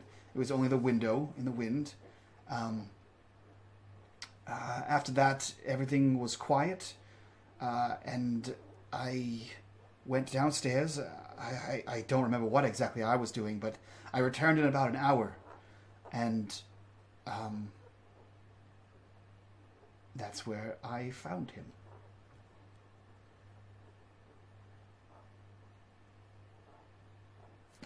Anyone can roll Vigilant -1.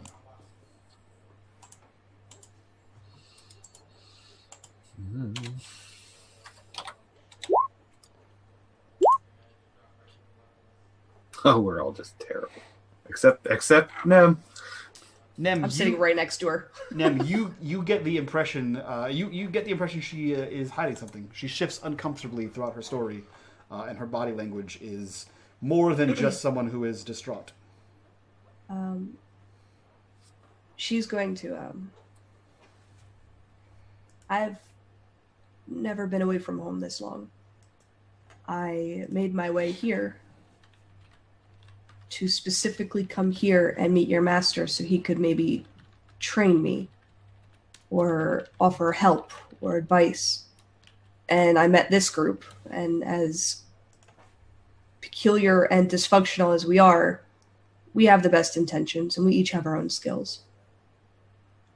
I understand that you're upset, but we're trying to do the right thing by him right now. Is there anything you're not telling me? Roll Persuasive -3. Guys, this isn't one of my better skills. Just so you know. Doesn't seem to. I don't think any of us have it. Are. Ooh. We got a success, guys. Brr, brr, brr, brr. I She can't shoot people, but I can persuade them. She looks down and she like rubs her hands, and you can tell that she's nervous. And she like just like sort of cocks her head to the side and like talks out of the side of her face towards you. She says, "Yes. Sometime after he had shut himself in his room, But before the loud bang, there was the elf Tarakel. She came to visit. I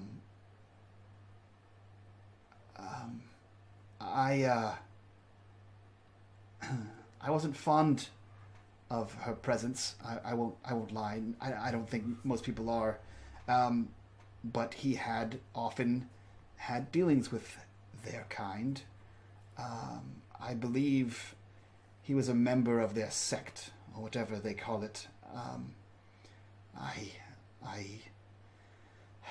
knew it would come to this sooner or later. I think that he works with the elves, some unwholesome nature worshippers that disavow Prios and his teachings, but he said it was for the good of everyone to work with them.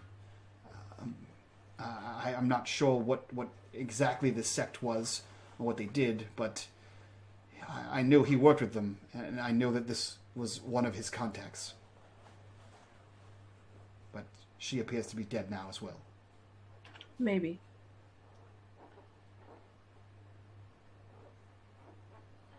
Did they ever find Vernum's skin? I never saw it in the room. If they found it, they didn't tell me. I don't think they found it here. Is there anyone else that we could speak to? Any of the other elves? Anyone in the city? Any names? That's just it. They all belong to some sect. They would only regularly come to speak to Master Vernum, but perhaps maybe Night Pitch. I'm not sure. Vernum always knew how to contact them, but I had no dealings with them. In fact, I didn't. I was always uncomfortable when they came here. Okay.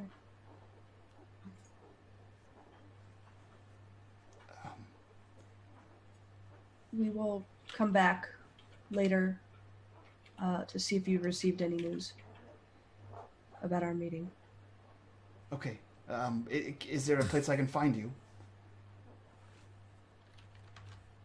What's around the inn that we're staying in? Not the inn? Buildings and shops. There's nothing there's no distinct places around there. Mostly houses and that kind of thing. What are you looking for? Just give her a roundabout? I don't want to give her where we're staying, just in case someone else gets here first and talks to her. Okay. I'm gonna pull the ring that I found in the office out of my pocket and show it to her, and just ask if she recognizes it. She recoils, and she says, "Yes, that's their symbol. The elves." The elves that he had dealings with, yes. That you didn't trust. I don't trust any elves, but yes, that is his ring. It's a symbol of their kinship or togetherness or something. Their ability to work together. Okay. I appreciate all of your help. Nem, you can give her a roundabout way to contact you. Yeah, she'll say, leave flowers on your step once you, we don't know where the Flayer is or if he thinks we're onto them or, anything like that. Leave something on your step that we would recognize out of the ordinary. When you have word, we'll come see you. Sure. She says, okay, I believe I can do that. I look forward to seeing you again. She says, thank you very much for the water. Yeah. No problem. Is there anything else I could help you with?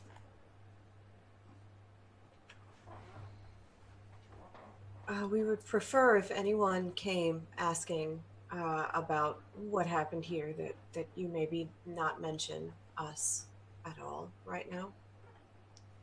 Okay. Yeah. Nem will get up and start walking out and thank her again. And Yeah. She stands and says, "There's you said you wanted to help. I don't know what more I can offer, but what I've already done." And she kind of like looks up the staircase that you guys went up before. She says, "The town guard went through everything. There's not much left there. You're welcome to return if you'd like to look upstairs. I don't know if that would help or not, but you know where it is. I don't want to go back." Look and see if we come across anything. Again, thank you for answering all of our questions.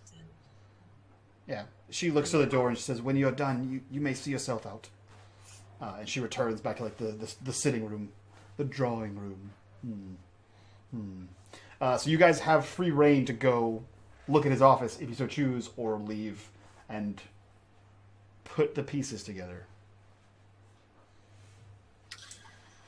I'll go up and take a look around and see if I notice anything that I hadn't. Sure. Before. Jhin, this is your first time in here, and you've been mostly quiet and sitting on the couch for fear of Mahdga injecting you with insects in your skin. Yep. What do you want to do at this point?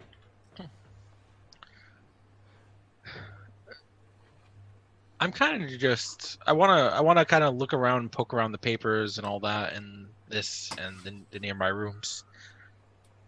Okay. Roll me a vigilant. Yes, sir.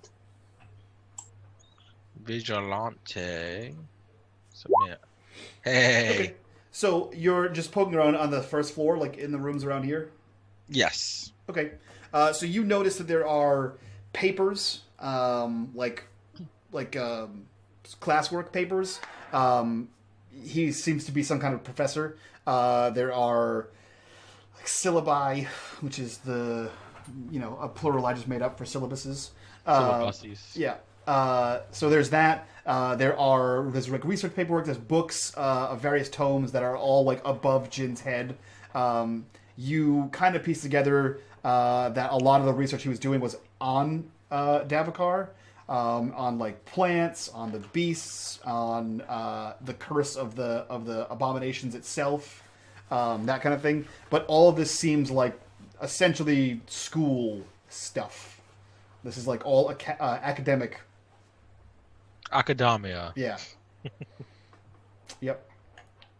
So yeah, that's the majority of what's downstairs. Nem, what are you doing?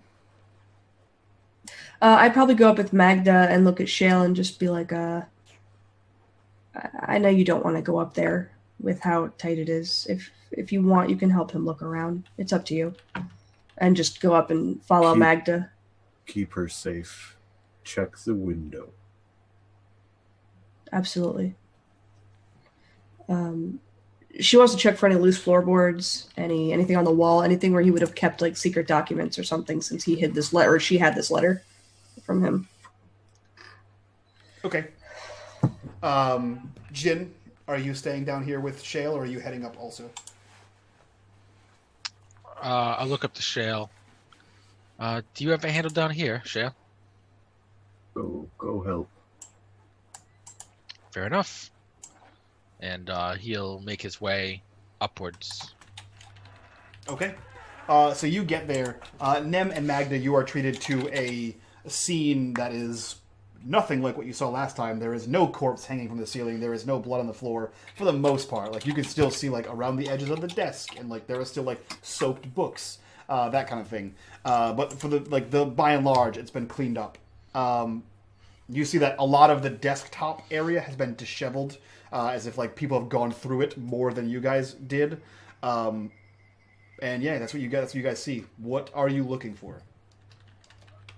We definitely want to check the window. I mean, since I was up here the last time, trying to piece together, skin pieces and whatnot, I just want to check.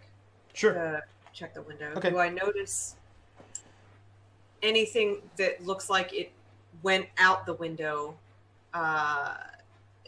in a messy sort of manner. Any like print? So you noticed that before. You noticed that the window was open and that there was bloody prints leaving the window. You knew that before, but you can roll again to see if you can notice anything else about that. Okay. Anyone who would like to can roll Vigilant? I believe it's a vigilant minus something. -5, I think. Oh my gosh. I got it. Nope. This game, man. Can I look for like loose floorboards, like something on the wall, maybe like something under the desk, like a hidden, like anything? Mm-hmm. Yep. Vigilant -5. And Jhin, you can also roll it since you're in the room. All right, same -5. Yep. Okay, this is gonna work. Jeez Louise, you guys are beating the odds. You guys sure are. Finally. Like, you have the least vigilant crew ever. You guys are good at not looking around. Guys, the window's open. So To the windows, to the walls. So Mahdga, you notice that the window's open. Jhin, you, having been here for the first time, and you're looking with like a fresh set of eyes, especially not really knowing that the window was open before. Like you didn't really have any picture of the scene painted for you. But you look over at the window. You see Mahdga kind of looking at it, and you kind of look over there to assist her. And one thing you notice is that if you're suspicious of the window, there appear to be no scratches or any way that an implement was used on the exterior of the window to pry it open to sneak in and kill a man. So it was left open or open from the inside? Yes. You also, with your keen eyes, you can see that there are what you perceive to be blood. There is blood. You're not sure what shape it takes, footprint, handprint, something, because as it's moving away, but there appears to be blood, and you can kind of like scowl through, since it's daytime now, not waning light. You can see that it leads somewhere before you lose sight of it. Out the window or into? Away. So you can't really tell. You can't discern direction, but there are bloody prints from like the roof area, like the roof outside. Oh, it's outside. Elsewhere. It's Yes, fine. it is outside. Okay, Yep. making sure. Yep. Okay. I know I'm not there, but remind me, we're in like a tower, right? Yeah. Like a standalone deal. Yeah. Well, the tower is attached to an academy. It's not like a super high tower. The Ordo Magicus tower is a huge tower. This tower is like, your typical like wizard tower. But there are like other windows on the tower, so there's like awnings. That's where Kyle that's where Jhin kind of pokes his head out and looks outside and sees that there are there's a print, and then like nearby building there's a similar sized what he assumes to be blood based on what it looks like, and he can sort of see these get smaller and smaller as they go. I would point that out quietly, obviously, to Mahdga and Nem, and I'd be, ladies, there appears to be a smattering of blood outside this window. Coming and going, I couldn't quite tell, but they're all the same. All the way down? Roundabout. There's no way a human made its way in or out of this building via this tower. These killings have been said to be ritualistic in manner. Our friend downstairs told us that these dealings with the elves that Vernum had around were also ritualistic. I found this ring here in this room with this body. This elf skin that we found had no body attached, and Vernum's body had no skin. There was no sign of his skin anywhere near here. I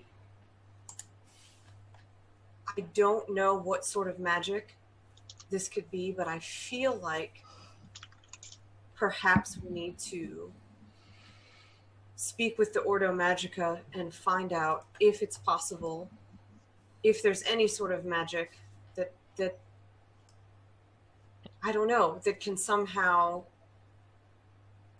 have a person take the skin from another person and use it somehow to disguise themselves, or I just don't know.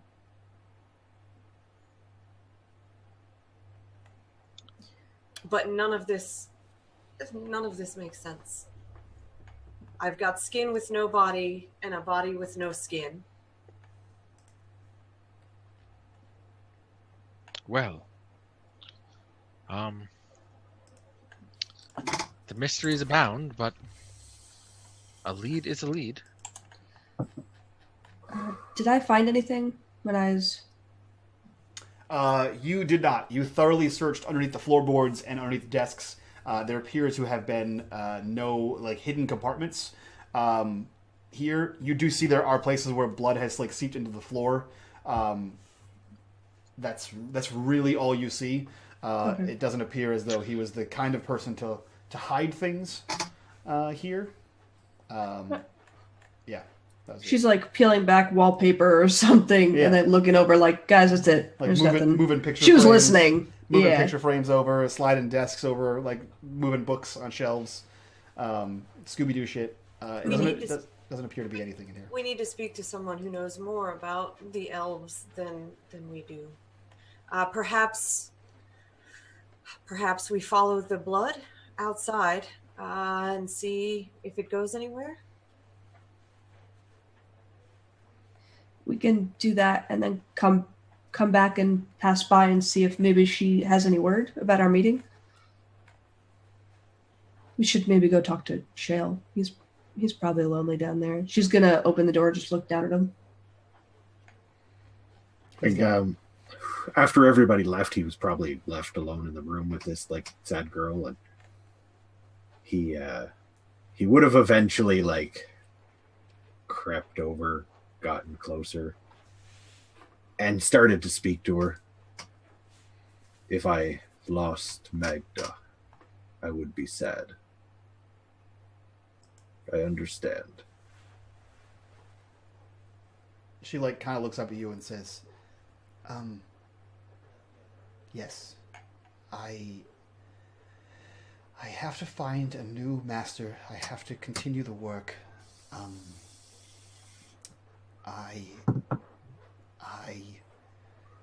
And then she just like starts like quietly like weeping, and she puts a hand, like a tiny little girl hand, on your giant monkey paw, and she says, I hope it gets better.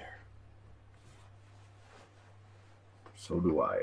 And he'll probably like pat her hand, and then just kind of let her, get it out. Mm-hmm. So the rest of you are on the top floor. Are you headed down now? We'd probably give him a minute. Yeah, I would like to go down and out and see if, we've noticed the blood trail coming down the side, if we see if it's actually leading away, if we notice anything about it that we couldn't see from the room. She'll follow you. Yeah, roll me vigilance -5. Anyone who's outside. You're outside the building, right? Is what you're saying? Yes. Okay, outside the building. Roll me vigilant -5.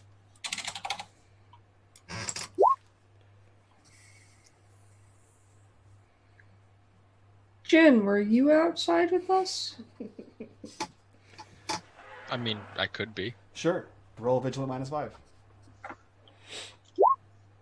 So the only thing you noticed, Jhin, while you were looking at it, is that this seemed to move in the general direction of the Queen's Square. Which is... Okay. Which is right here.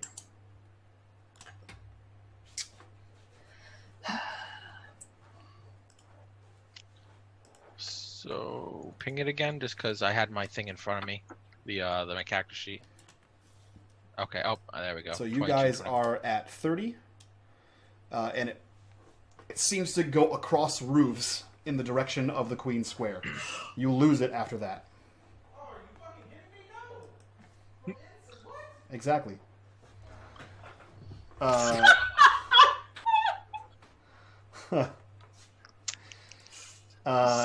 So it leads in the direction of the Queen's Square. And I'm not nimble enough to roof jump.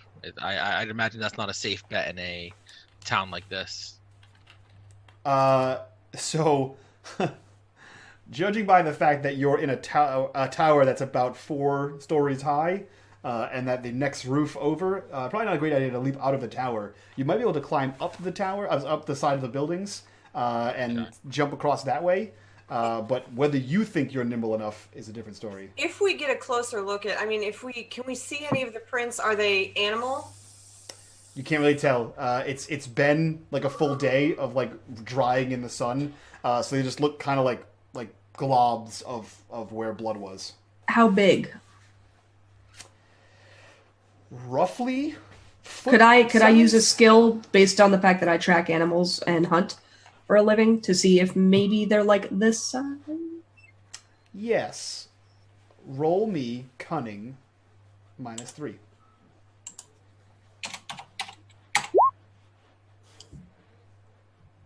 They are roughly. They're between Jhin and Shale's size. Guys, these footprints are between the foot size of Jhin and Shale.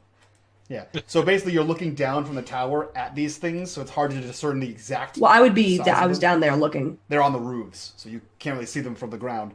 But looking down there, you can see them, and they're maybe like a size 10. You're not really sure.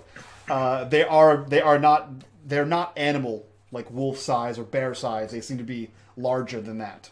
What Larger do these people. treads look like? It's like Converse? Yeah. Basketball shoes? Yeah. Okay. What number Jordans?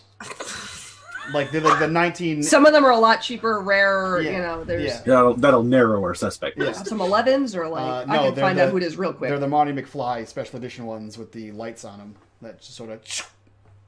Oh, so an asshole's wearing them. Okay. Yeah. All right. We're a douche, guys. Jin's up there. It wasn't him. I believe that the only way that we're going to find the answers that we need is to seek out someone from the Ordo Magica who can shed some light on what we're dealing with here. It's definitely some sort of dark magic. So, Perhaps they know more about these elves. so I ask again. What is a Flayer? A flayer is anyone who flays. It's someone who takes the skin from someone else, removes the skin. Or anything, apparently. Look at the footprints. Yeah, you said they look like people's feet size, right? Yes. We're focusing too much here, Jhin, on the word Flayer. I think Ordo Magica asks some questions. We've seen that these elves can transform. Maybe it was a beast of sorts that did this, but it was not a beast of sorts that left that tower. On the rooftops, at least. So Who came in with skin and left with different skin? this is what I would like to find out. Fair enough. Off to the Ordo Magica. Okay. So we'll end that scene, and you guys walk, a few buildings down to the Tower of the Ordo Magica, which is a massive tower that sort of, rockets up into the sky. There is a great door at the base of it that bars your entry. Who knocks? I am the one who knocks. This is where we sent the letter, by the way, for the recommendation, right? She sent Yes. it here? Okay. Yes. Yep. She may have not actually sent it yet. It was only like a few minutes ago, and she's still in the house, and she seems to be the only person there. But yes, this is where you intended to have her send the letter. You get there, and Jhin knocks. The door creaks open, and Jhin, you are expecting to meet a man face to face, and instead you see nothing before you as the door opens, and you hear a small voice. Yeah, what do you want? He looks left and right, up, then at Shale, and then back down to the ground. And there is an elderly goblin standing in the doorway, looking up at you. What do you want? My history with goblins, good, bad, or with the Ambrians, do they have trouble with them? So the Ambrians have a mixed bag with these guys. They are known to go out with expeditions. They are known to help the Ambrians.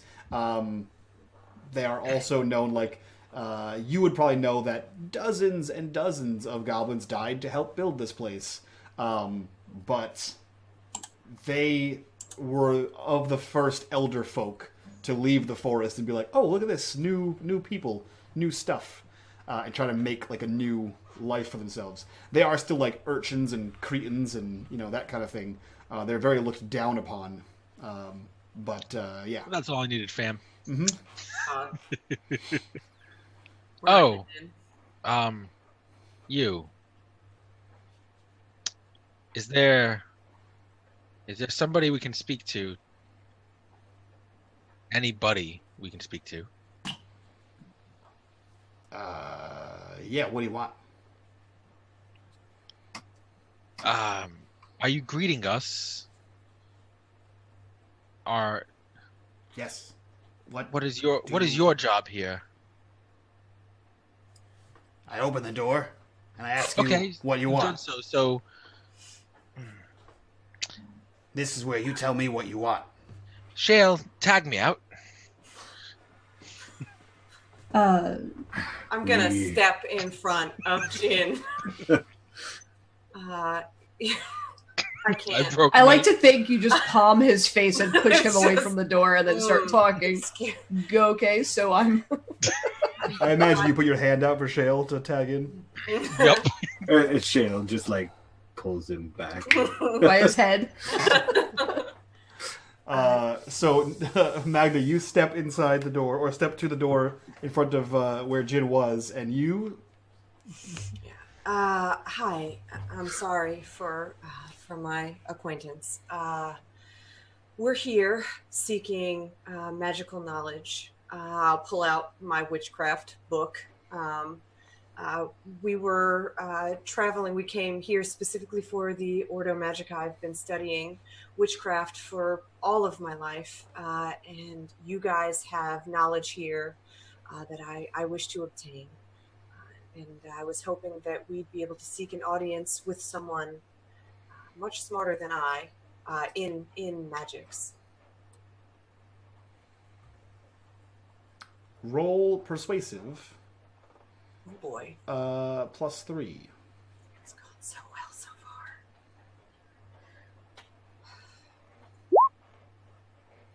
far. Can I pop out from behind Shale? Sure. So I was hiding. Yep. I'd like to learn how to heal better. I came for Master. It's Vernum, isn't it? My brain, Master Vernum. Yep. But he wasn't there. Could I maybe speak to someone as well? Roll persuasive. +3. Nope, just persuasive. Okay. He looks to you and says, yeah, that's because he's dead. At least that's what they tell me. Yeah, you can come in. And he points to Mahdga. You could... and he, you see him, reach over and, hear, a bunch of clicks, and he throws open the other door, and he says, you can try. And, what about him? And he looks to Mahdga and Nem and points at Jhin. Every group has to have a politician. He's along for the ride. I don't really respect the way the help is talking to me today, but you're the help right now. This is one of those times where you don't speak, Jhin, please. There's been a lot of those lately, but Please. Worst noble ever. He says, yeah, take a seat. I'll go get one of the masters. Just sit. You stand. Stand. And he walks off down the hallway. You guys are left in this hallway. Another one with no desk, no counter. There are a row of uncomfortable chairs in front on either side of this long hallway. One of which is taller than all the rest of them. You assume that that's where this goblin sits and waits for anyone to knock on the door. Where he doesn't need a counter. I wonder if they give it names. While we're waiting, I'll look at Jhin and ask, is there any particular reason that you feel the need to speak to everyone you come across as though they're beneath you somehow? The reason being that they are? Jhin, in the real world, that's not how it works. We work as a team, and you respect people. Well, We don't respect you right now when you treat people like that. I may be from the forest, as are Mahdga and Shale, but we will survive out there better than you will, hunting for food and scavenging. You can't buy things out in the forest. Sit down. And she's like pissed off because she's trying to make friends over here, and he's just being a dick. Please. Noted, but you guys I consider on par, if not above my station. But noted. It's not helping. I'm always helping. Where's my horse? My horse likes me.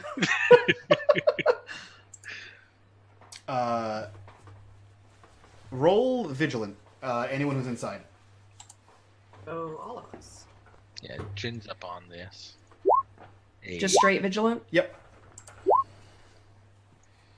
Jhin, despite being berated about your choice He's in ignoring words, you ignore her entirely and begin looking around. Like from your seat, you just Yes. Oh, on my same level, yes. You notice something hanging from a chain behind the large, tall chair atop which you assume this goblin sits. There appears to be a large book, similar, in fact, to the one that the young man pulled out from behind his desk in the town seat. Oh yeah, I'm gonna go grab it. Okay, it's attached to a chain. Yep, I'm gonna hold on to it while it's on the chain. Yep.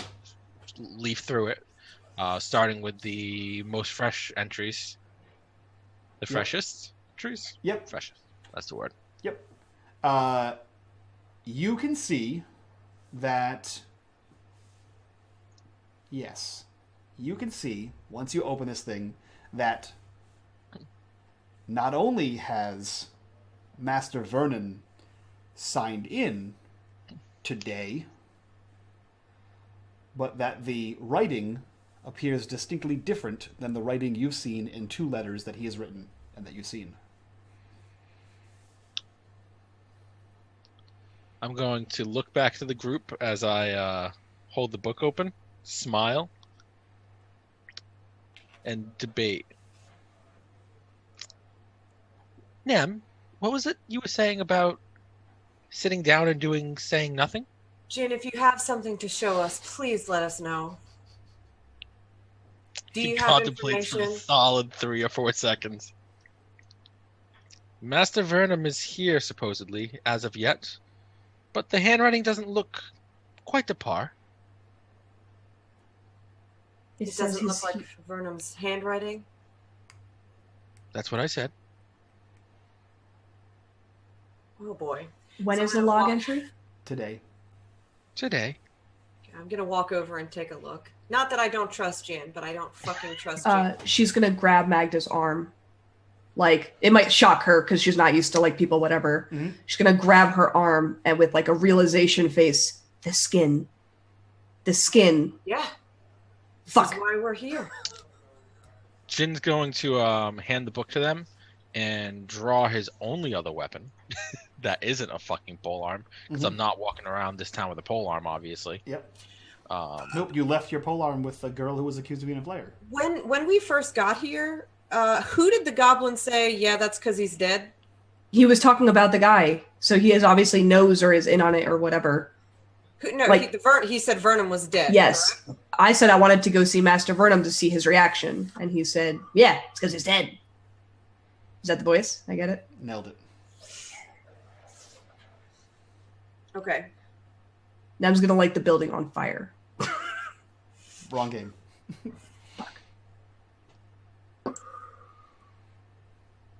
Yeah, so you see that. You see that it is distinctly different writing than what you have, because you have his signature twice, and you've seen his writing in like 2-page documents. This writing does not look like his, and it is dated for today.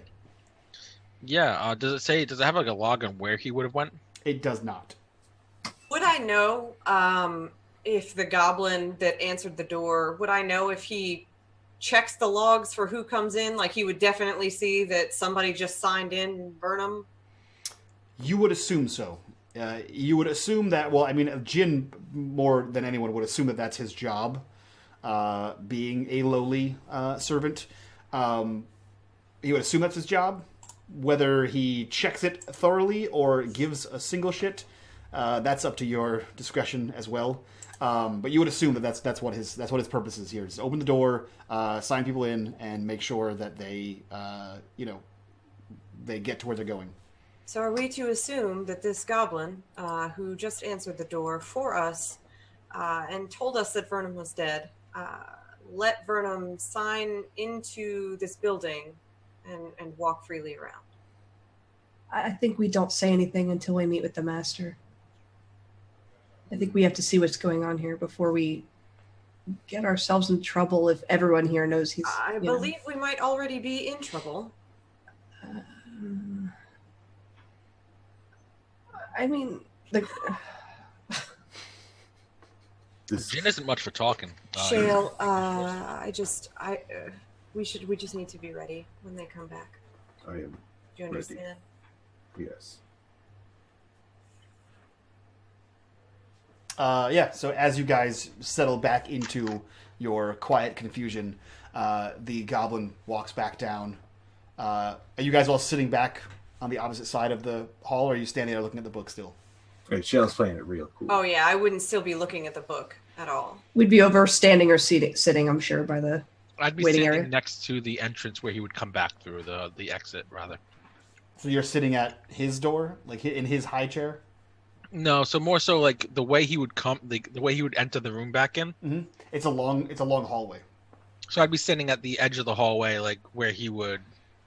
Like when he comes in the room, I'd want to be able to block his path off through that hallway if need be. Okay, so you kind of stand there and let him walk past you all the way. Yes. He gets down to the end and sees the three of you. Where's the loud one?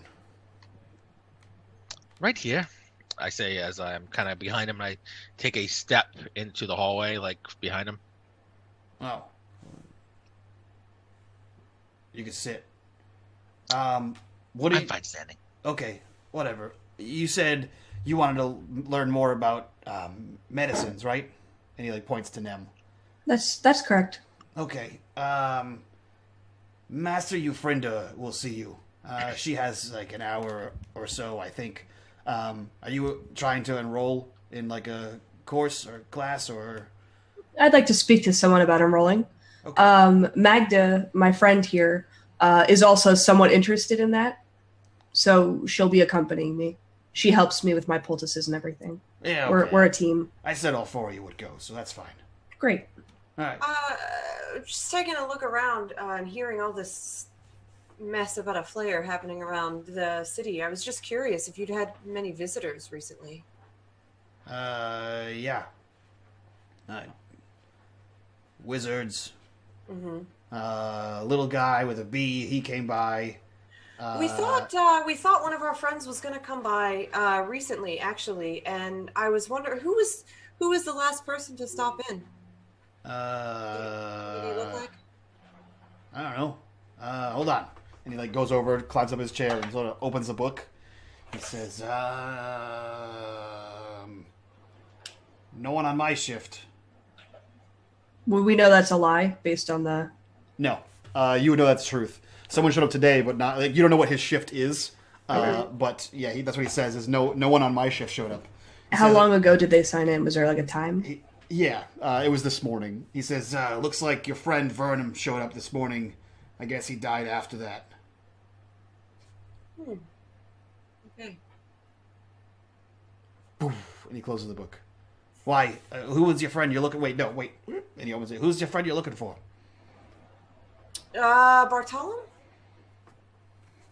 Bartolom. Yeah, he showed up yesterday. Oh. Did it say, where did he go? Bartolom, he went to see Master Eufrinda, the same one I just sent you to. Yeah, I think he was looking for your friend Vernon, too. Okay. Thank you. He seems pretty trustworthy. I mean, you know, as far as you think this guy goes, yeah. So he's like, all right, well, and he hangs it back up this way, and he starts walking back down towards Jhin at the end of the hallway. He says, "You gotta get out of the way, big guy." I just nod and kind of like step aside, eyeing him. All right. It's a weird one. And he begins walking and leading you guys with him. And he goes through like a series of like corridors. And he eventually stops at like an ornate door. And he like puts his hand on it, opens the handle and sort of lets it in and says, all right, you guys can, you can wait in here. She'll be around. In you go. You, watch your head or whatever. And he motions towards Shale. And he sort of waves you guys all into the room. Do you all go in without a fuss? Are there windows in this room? Sure. Yes. Okay. Sure. Okay. Jhin? I'm just gonna follow them. No reason to not follow them, I suppose. Okay. He waits till you're all inside, and then he just sort of... All right, well... Good luck. And he closes the door and walks. You can hear, like, his padded feet walking back towards the way. There's no, like, click of a lock or anything like that. He just, like, closes the door and it, like, clicks closed. You guys are in this room. This is, you know, pretty much what you saw in Vernon's room for Nem and Mahdga, and Shale, too. Jhin, this is... there's a lot more books than you saw. There are... bookshelves with books in there. There's like scrolls just like stacked up on top of that. Basically, books, scrolls. You'll see like weird instruments in here, like globes with like, you know, glass tumblers inside of them. Just strange things that are, you know, that look astute. And you see a large ornate desk to which there are two chairs sort of positioned in front of and one large ornate chair positioned behind. Unfortunately, Shale, there's not a chair big enough for you here, but you're not really accustomed to that anyway. Yeah, that's all right. Given the situation, he's probably taken a post near by the door. Yeah. So you guys all sit in. Who sits in the chairs, if anyone? Nope. Nem doesn't. Mahdga doesn't. Jhin would. Jhin would? Okay. Cool. There's always one. And imagine one of these. Yeah, I'm sitting in this chair. Do you sit in the chair behind the desk, or do you sit in the chair in front of the desk? I turn the chair and I do the straddle. Okay. It's a high back chair, The so you turn it interrogation. around and you are just facing the chair. Chin over the top. Yeah, you thought it sounded cool at first. Once you commit, you just gotta go with it too. Yeah. It's so awkward. Yeah, you already did it. Yeah, so you guys are in this room for like a solid 10 or so minutes before the door opens again. And in walks a very McGonagall woman, if you need a frame of reference. She wears, doesn't wear robes so much as she wears like a tight, like kind of like bodysuit almost, like a power suit with a high collar, and her hair is tied back in a very tight bun. And she says, who is here for enrollment? You wanted something? What you and you? Nem's gonna look to Mahdga, panicked a little, like. Yes, that she and I were looking for information. Information or enrollment? What? Well, I mean, we would like a little information first. Enrollment, perhaps after we learn a bit more about what you know. Sure. Okay. She like sits in her seat, and you can see her rummaging things around. She says, "Okay, well here is, this is here forms," and she like hands out forms to the two of you. You can fill these out. This is, and she begins like pulling out information on like schoolwork. You'll need this. This is the first year's books. You can find these at most places. If you can't find them, you can pay twice the price here. You'll need this. And she's like reaching back and forth places. That should be all the information you need. Please review that, fill out all forms, and bring it back at your earliest convenience. And I will see when our next open enrollment is, if you in fact have the aptitude to be here at all. Nem is going to. It's a shame. I had received a letter and was going to work with Master Vernum. It's a shame what happened. Yes.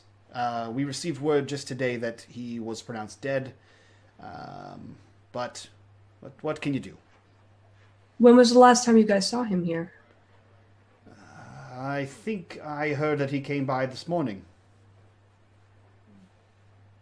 That's odd. Okay. We had heard from his assistant 2 days ago. It was 2 days ago, right? It was yesterday. We had heard yesterday that he had passed away from his assistant. Huh. Well, it is a goblin at the door. Perhaps they're not as vigilant as they could be.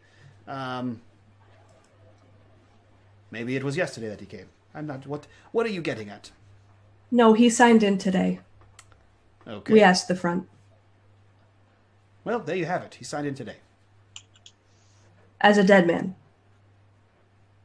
I am quite practiced in the arts of medicine. Dead usually means dead. Well, and she like looks to Jhin, except when it doesn't. There was an entire war we fought for about several decades about necromantic people coming back to life. He looks at them. She is unfortunately not wrong. I meant in the case of having normal everyday interaction, dead is usually dead. Well, we'd hope so. So, is there any way you could find out why he would have signed in this morning? After already being dead for a day? I suppose. Wait, why? Why do you need to know this? She's going to look to Mahdga again. Hey, there's a bus.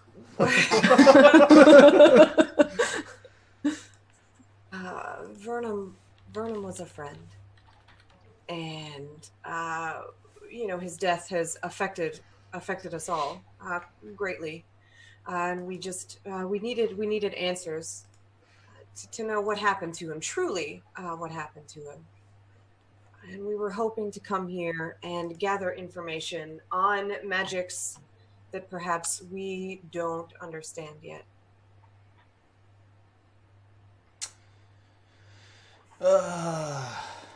Yeah. Someone else was asking about him the other day as well. Was his name Bartolom? I think so. Young man. Yes. He said he had just recently arrived to town. I Did he seem to know that Vernum was no longer with us? He did not. Okay. But as I said, we were only informed just today. Yes, let me... If this gets you out of my hair, yes, I will go ahead and take a look. Is there anything else while I'm up? I have things to get back to. If you do find where Vernum went while he was here, or perhaps where he went after, we would definitely be interested. Well, yes, that's what I'm going to look for right now. You seem like you don't really care that he died, or that maybe there were nefarious circumstances around him dying.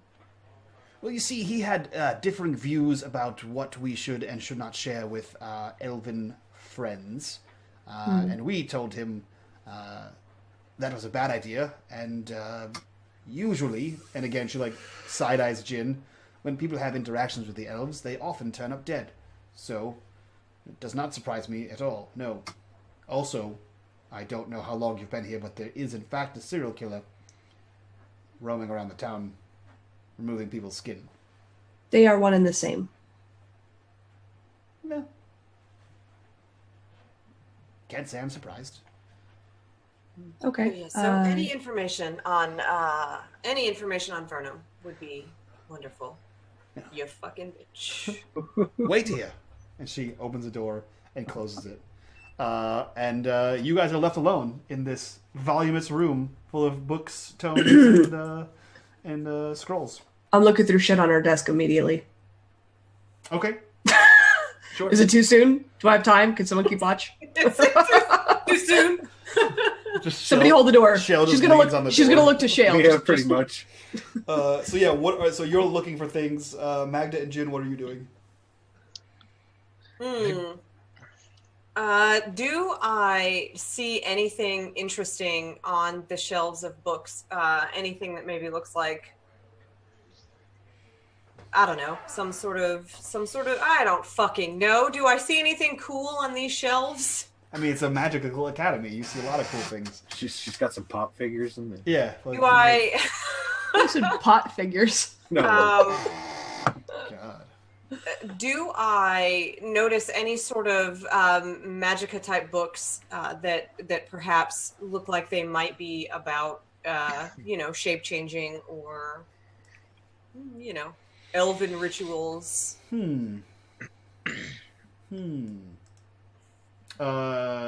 We'll see. Jhin, what are you doing?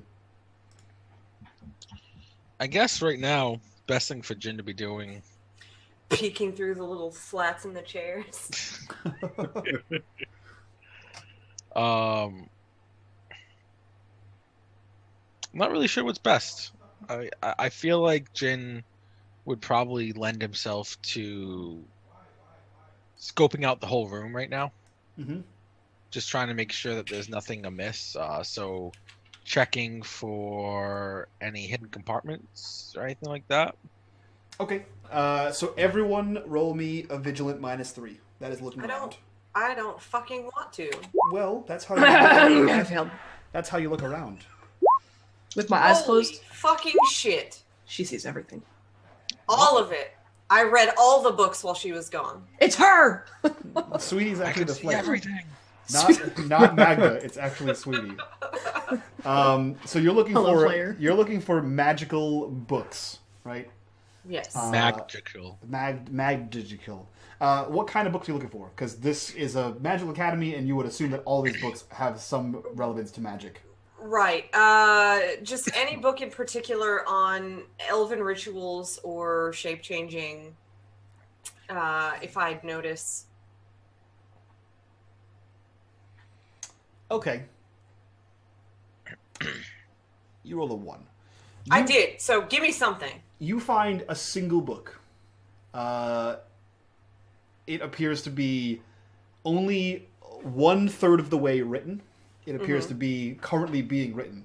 There is no cover, like there's no like signets on the cover or anything like that. It appears to be like self-bound with twine, as if this book hasn't been published or anything of the kind. And it is handwritten. In it, you find mention of something called the Iron Pact, which I believe you would have no real experience with. But the Iron Pact is believed to be a pact between elves and the kings of men, of the kings of Symbar, which you know as what the Davokar is. That's the ruins of Symbar. Okay. This pact was largely irrelevant until your people got here, your people being the Ambrians, and they started delving into the forests. It's largely irrelevant because the barbarians respected the forest and would only venture in as far as they needed to, and they would attempt to give back to the forest. And they had their own outside issues they would do on their own term. They would never go towards the ruins. It wasn't until the involvement of the Ambrians that this became relevant. And it became relevant because the Ambrians began delving into the depths of the Davokar, and the elves needed to remind them of the pacts signed by the human kings, which they still hold as relevant, whether the Ambrians do or not, whether the Ambrians think that they are descendants of the Symbar and, fall prey to these treatises or not is a different story. There are people that work with the Iron Pact, and in this book there is an image of an Iron Pact signet. It looks One on the ring. it looks just like the ring on Vernon that you found. Mm-hmm. It also looks just like the ring on the elf's arm that you found in the woods. Okay. The iron band on her arm looks like a much larger version of the ring. Okay. Likely, this elf was a member of the Iron Pact as well, Okay. and they were hunting down people. I will relay this to everyone. Blah blah blah. Iron Pact. This ring. That band on the elf in the woods. Just so we're all on the same page. Do we ask her about that symbol and say we've seen it? She could be the person who Yeah, knows. well, let's see what she says when she comes back. Okay. She was a real bitch. Let's put all our shit back, huh? Yeah, you just mussed up her desk. Do you think she would notice if I took this book? Do I think she would notice? Or do I think you think she would notice? Do I think she would notice? Do you? What if we sign up for the class and ask to borrow it? With I don't fake really. names. Okay, I'll put it back. Now we know what the Iron Pact is and the symbol. Yeah, if you tell me you think that, then that's fine. You think that. I'll put it back. Okay. As Kyle nods knowingly. Good job. I'll just put it back on the shelf. After a few more minutes, like there's enough time for you guys to rummage around. A perfect plot time for you to rummage around. She comes back, and she says, "You wanted information on where Vernon went when he came this morning. He went to the circle." That is. The what? The magic circle. Where's that? It's deeper into the tower. Okay. Would he have to sign out? He would have to sign out if he took anything, which he did. I'm trying to figure out why this is all relevant to you. Why do you need to know this? We believe someone is wearing his skin as a suit and walking around as him since he's dead, and when he was flayed, the skin was taken. She's very frank with this lady. That's rather on the nose there, Nem. She walks over and sits down, and you see her pull open a drawer and begins packing something under her desk, and she puts a pipe in her mouth and she says, and smoke rings come out. She says, "Now, in the future," and she points at you with the mouthpiece of the thing, lead with that.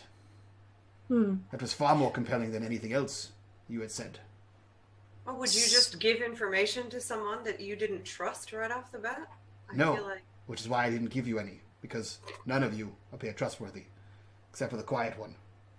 Mostly because he was quiet, didn't talk at all. Can I ask another question then? Have I earned that? You don't seem to stop, so okay, go ahead. Good. So I was going to ask anyway. So that book you have on your shelf, the symbol in it, he bore the same symbol on a ring. Are you... to have to be more specific. The Iron Pact symbol. There are several hundred books. Oh, yes. Go on.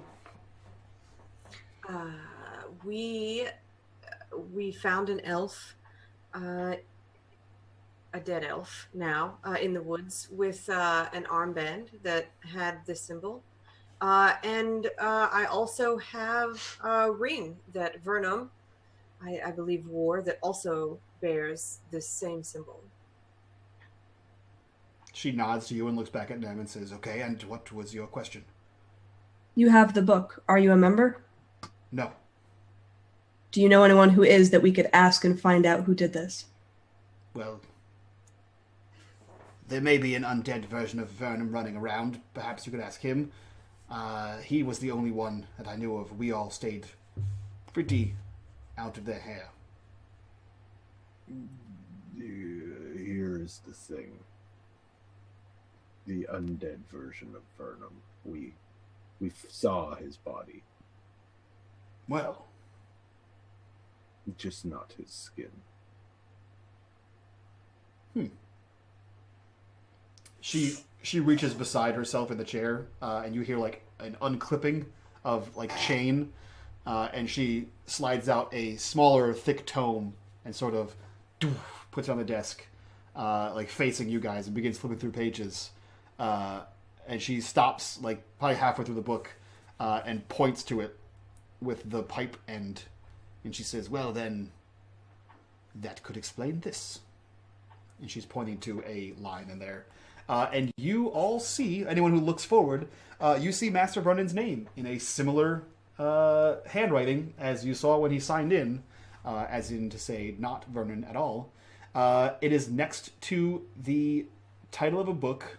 I'm sorry, it's next to a ritual that says Break Link. She tells you that this is a ritual that can be used to sever the ties of magic between a person. Sever the ties of magic between a person and just a person and his magic? Well, a person and something else. What else is the question? Like a item or a curse? It could be. It appears to cut this cuts all mystical bonds to a target. That could be included. Nem's going to look at Mahdga. She's trying to like be discreet. Yeah. Like all I can see is like she's at a desk looking at you guys. No, and yeah, I you're- understand And you're that. sitting in front of her, and you're like, No, I understand that. We're having a private session. Whether she can hear or not is she's looking at you. yeah, no, yeah. I'm aware. She's like, let's go. Oh, you're the worst. So if someone fuck, I don't trust this bitch. So all Vernum left with was this book, this ritual book on how to sever a tie with a magical item. Yes. Do you know anything about the expedition that Gorak took into the woods? I know that he came back. They all came back showing off a skull. Oh, yes. Everyone knows about it. It wouldn't shut up. What of it? Do you know what happened to him or the skull? He's not a student here, nor is he a practitioner of magic. So, no, I don't really care where he went. He wouldn't sell the item. He wouldn't give it to the school for research or study. Last I heard, the woman, Esabeth, the woman at Vernon's house, the academy. She told me that he had disappeared. She had overheard that he had disappeared. Small woman who handled all of his affairs. Mm-hmm. One and the same. What about your mayor? Does he dabble in any sort of magics at all?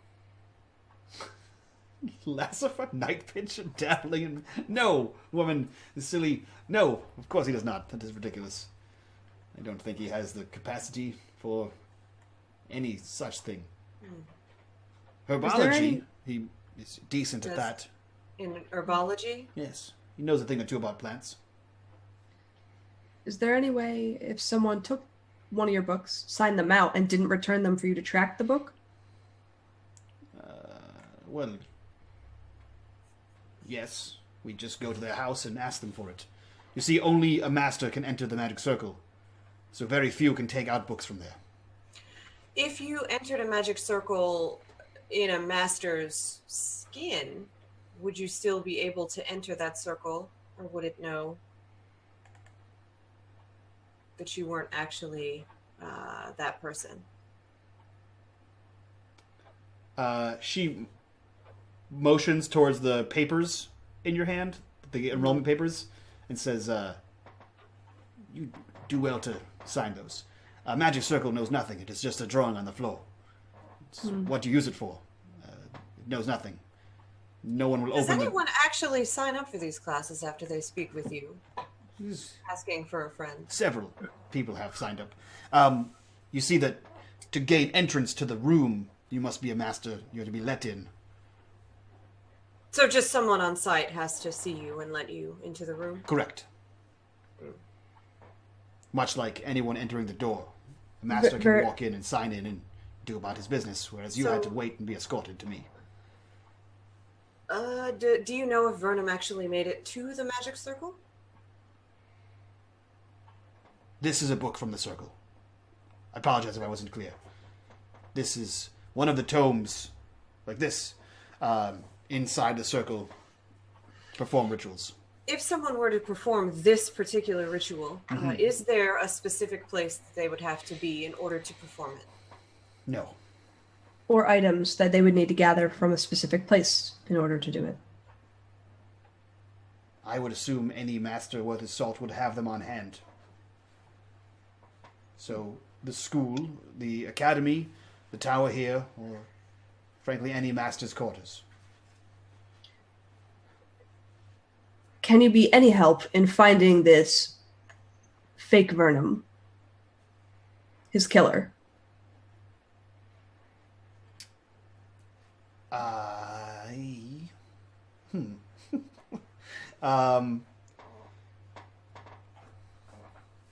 You've been a real bitch this whole time. And real useless and talking down to us a lot. We're doing all the fucking heavy lifting over here, lady. I mean, she's a master wizard, so... She could go master wizard herself. Master wizard. Yes, I am wearing this skin. You know with the Men in Black when he's in the skin suit? It's like, yeah, I'm...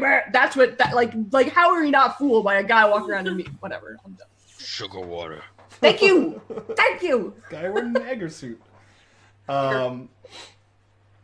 Yeah. She says, well, if what you're saying is correct, in that a man is wearing, or someone is wearing, a suit of skin, they would likely need somewhere quiet and out of the way to perform this ritual. They wouldn't do it here. They'd be seen. Have you ever heard of anything like this happening? Someone able to use another person's skin to essentially become that person?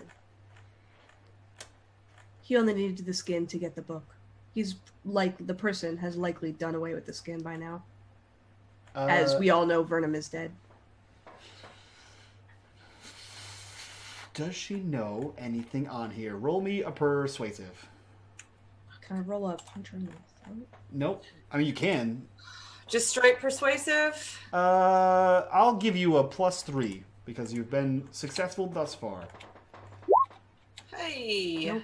No. Nope, you gotta Good job, sweetie. not put a plus. Oh. I do that. Just 3. Fucking Yeah, just a time, 3. dude.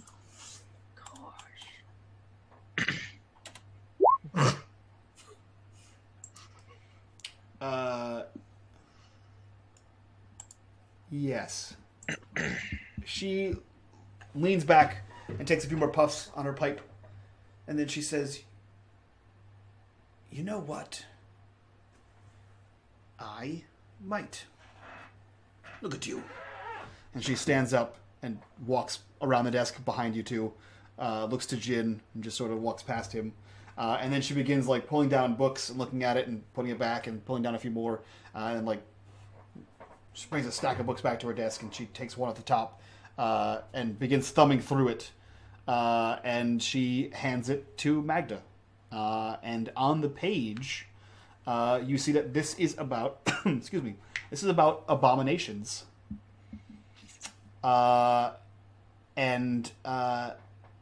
there's a ritual thought to exist. This has been corroborated by witches in the wild about a ritual that they refer to as blood shrouding. And she holds it open to you, and as you read it, you find that blood shrouding is a ritual in which a person can flay a body, perform the ritual, and assume the form for a day. Okay, well, this makes sense. Haven't a lot of people around here been getting flayed? Yes, but no one appeared as people. They just weren't seen again? Correct. Is this a spell that you would perhaps need practice with first? This is a spell that anyone in their right mind would not perform. Yes, but considering you have flayed individuals scattered about your town, I'm asking if someone were trying to learn how to do this particular spell, is it possible that the people in the town who've been flayed were just practice? It could be, but performing this manner of a ritual would absolutely destroy a person. Sure. It would become an abomination, most likely on the first attempt. I don't think they're worried about that. They're already an abomination if they've been flaying people all over town. If you were to do this, where would you go? Where do we look? As I said, there are a number of places around the city. Any dark alleyway or abandoned warehouse or underground domicile, anywhere you wouldn't want to be seen. Okay. It appears as though you need the entire skin of a person. Which he already has. Well, Or she. right. So anywhere that you would be able to bring the skin of a person. Did you ever have any meetings or meetups at all with the elf that helped Burnham, whose name I can't think of right now? Tarakel. With a Tarakel? She furrows her brow and says, "No, I believe that woman has dealings with Vernon. I think they're, as you had asked earlier, Iron Pact. I believe she was his contact." Can you think of a reason at all that someone might want her skin?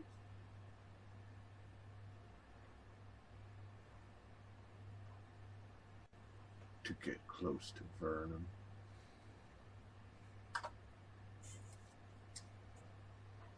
Your large friend seems to have it. I would assume that unfettered access to Vernon would be given to his contact in the Iron Pact. And if I am to believe this is the ritual that's being performed here, then if they can take Vernon's skin, which you have said, and she motions towards Nem, would give him unfettered access to the magic circle where he wants the ritual. Before I forget, we had sent a letter here. It will probably be here soon, in the next hour or two. Mm-hmm. We went to see his assistant, Vernon's assistant. Yes. Nice lady, very devastated. That letter is asking to speak with the mayor. We need to have a meeting with him. Maybe not lead with any of this information, but stress its importance. We need information from him. If you could help us. And we're going to go try to find him. Try to find... Or her. The murderer? The Flayer. The Flayer. Yeah, she looks to you and she says, "Well, I will do what I can when I receive this letter. Night Pitch is not really one to receive guests, but I'll do what I can. If what you're saying is true, this could be far worse. However, if they have this ritual in hand, this could be the end of it.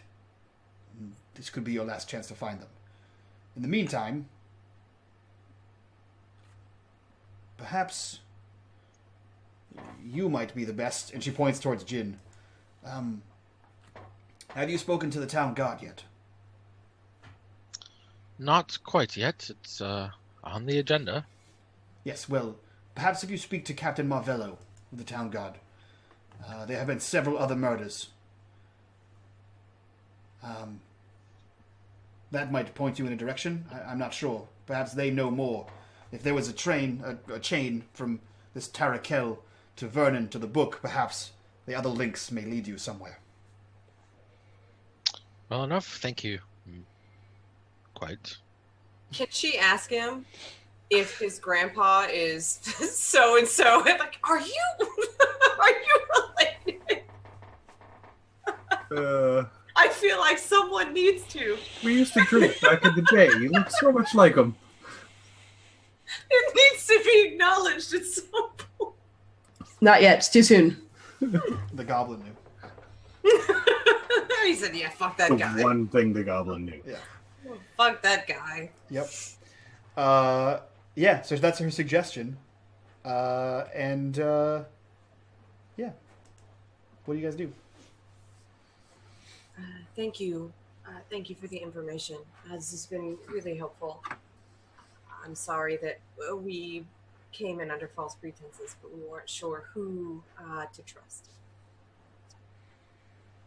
Yes, well, If Vernum returns, you will apprehend him. personally no, but we'll see that he is at least attempted to be apprehended. I won't. Yes. This bitch. He is a murderer. It's important. Yes, well, you see, I am a scholar. This is a house of scholars. I am not a black cloak. I do not fight abominations. I've heard that a famed one is here. And she, glances at Mahdga and says, well, and he is one of the best. And motion towards Jhin, says, You've probably heard of him, Bomello. Bomello, yes. Yes. Indeed. Quite the legend, this man. Any abomination in his way. We hope to avoid him. It's strange. Feels like if you believe you're fighting an abomination, he would be the first person you'd go after. Well, never mind. Thank you. Well, all right. If there's anything else I can help you with, please let me know. She'll thank her and get up and start walking out. As you open the door, there is a different goblin entirely just sitting there waiting for you. Is he equally rude? He's not. He just says, Okay. He looks up at you and says, well, hello. Hello. God damn it. Where's the other help? Jhin. Jhin, I'm sorry. He's a little slow with understanding how manners work. It took me a moment. They all look the same. Do you mean Goldog? Gall dog. She's gonna push Jhin down the hall Go with dog. all of her might. Only because there aren't stairs. This way. And he motions after you. Come on. The cutest goblin. We really need to get tape. He's an adorable goblin.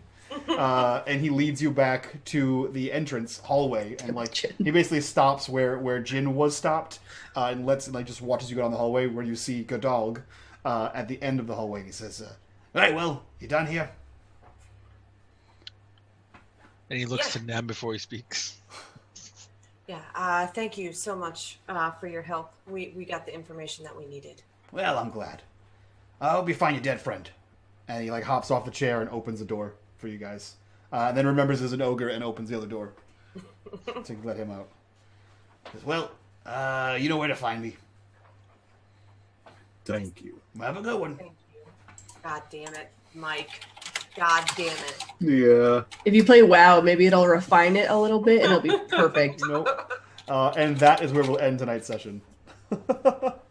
So, guys, you are hot on the trail of the Flayer. slowly piecing together the pieces of this dark ritual that's happening across the city. Real slowly.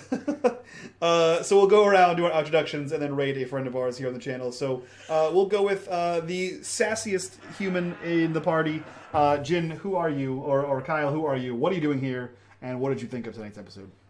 I'm Kyle. I might as well be Jhin in real life because I like being an asshole. It's the power. It's really something. I occasionally play games around places and do things, and I'm having fun playing Jhin Harengol, the grandson of Marshal Harengol. There. Who is Marshal Harengol? He is the marshal to the Ambrian forces that beat back or helped beat back the necromantic forces in the old world. So he's kind of a big deal. He's kind of a big deal. All right, cool. Also kind of a big deal. Mr. Bitters, who are you? What are you doing here? And who... no, not who. And how did you like this episode? I'm Mr. Bitters, and apparently I'm a big deal. But I still hate everything. Yeah, tonight's session was interesting. It was full of intrigue. The benefit to being the strong silent type is I can just sit back and think. And be the strong silent type, yeah. And I have theories and start to piece things together. Maybe not really. I don't know where we're going from here. But you know, when we get there, I'm gonna squeeze things. Yeah. So squeeze information out of people, blood out of people, brains. Yeah. Things. Any one of those things. And we had one of two investigators tonight who are cracking the case and becoming compassionate role players with all the ladies in the room. Miss Ginger Ninja, who are you? What are you doing here? And what did you think of tonight's episode? I am Miss Ginger Ninja. I play games over on my channel, and I'm here twice a week for this game, as well as Blades in the Dark on Wednesdays. After I was done with my nice bath, I got to go hang out with the other chick. And then I got Cunty McCuntface over in the school. It was a good time. I don't have any idea, so you guys are going to have to solve this Scooby-Doo mystery. I'm just kind of there to ask questions and look at Mahdga for answers. Perfect. Seriously, you don't get fined. Providing those answers sometimes. Hello, sweetie. Who are you? What are you doing here? And what did you think of tonight? I am Hello Sweetie 82. I do weird things on the internet on my channel. Tonight's episode was interesting. I feel the mystery would be solved a little bit faster if we didn't fail every fucking roll for Vigilant that we tried to roll. Things would go by much smoother. I think, but we're slowly piecing everything together. Real slowly, but it's happening. Things are happening. They are, in fact, happening. So yeah, that was episode 4 of Symbaroum, the Chronicle of the Copper Crown. This episode was called Against the Flayer. So you guys are slowly piecing together the mystery. Yeah. So you guys are slowly piecing together the mystery. It seems like you guys you're getting there, which is pretty cool. I've never run a mystery campaign. If you can't tell, oh god, no. I've never run an intrigue or thing like that, so this is all new to me, which is kind of cool to learn how to do this and check it out for the first time, and watch you guys struggle with clues that I'm reading that are not super obvious, and watch you fail rolls that would make them more obvious. But I'm doing what I can to make it harder for you guys. I mean, make it easier for you guys. I mean, whatever. Let's raid somebody. Tired of listening to you talk. Yeah. So we're going to be here on Tuesday with more Curse of Strahd. We'll be back here on Wednesday for Blades in the Dark. We will not be playing Blades in the Dark. We'll be doing a season recap and discussion about what we thought of the Season 2 of Blades in the Dark 6 and 20. There will not be a Thursday game of Havoc at the Hinterlands because myself and Rhino, who play in that game, as well as Frags, and I think Kyle, are headed down to Philadelphia for some PAX Unplugged, where if you're going to be in the Philly area, you can see all the aforementioned people, plus Hello Sweetie and Xmas Ninja, because we're all going to PAX Unplugged this weekend. So definitely come by and check us out and watch all of our social medias for all of the cool pictures and pretty Instagram filters that we'll be putting up there. And yeah, we're going to go raid our friends Dungeons and Distractions. They are playing some D&D right now. Go check those guys out. Worry about the skull. And from all of us to you guys, bye bye.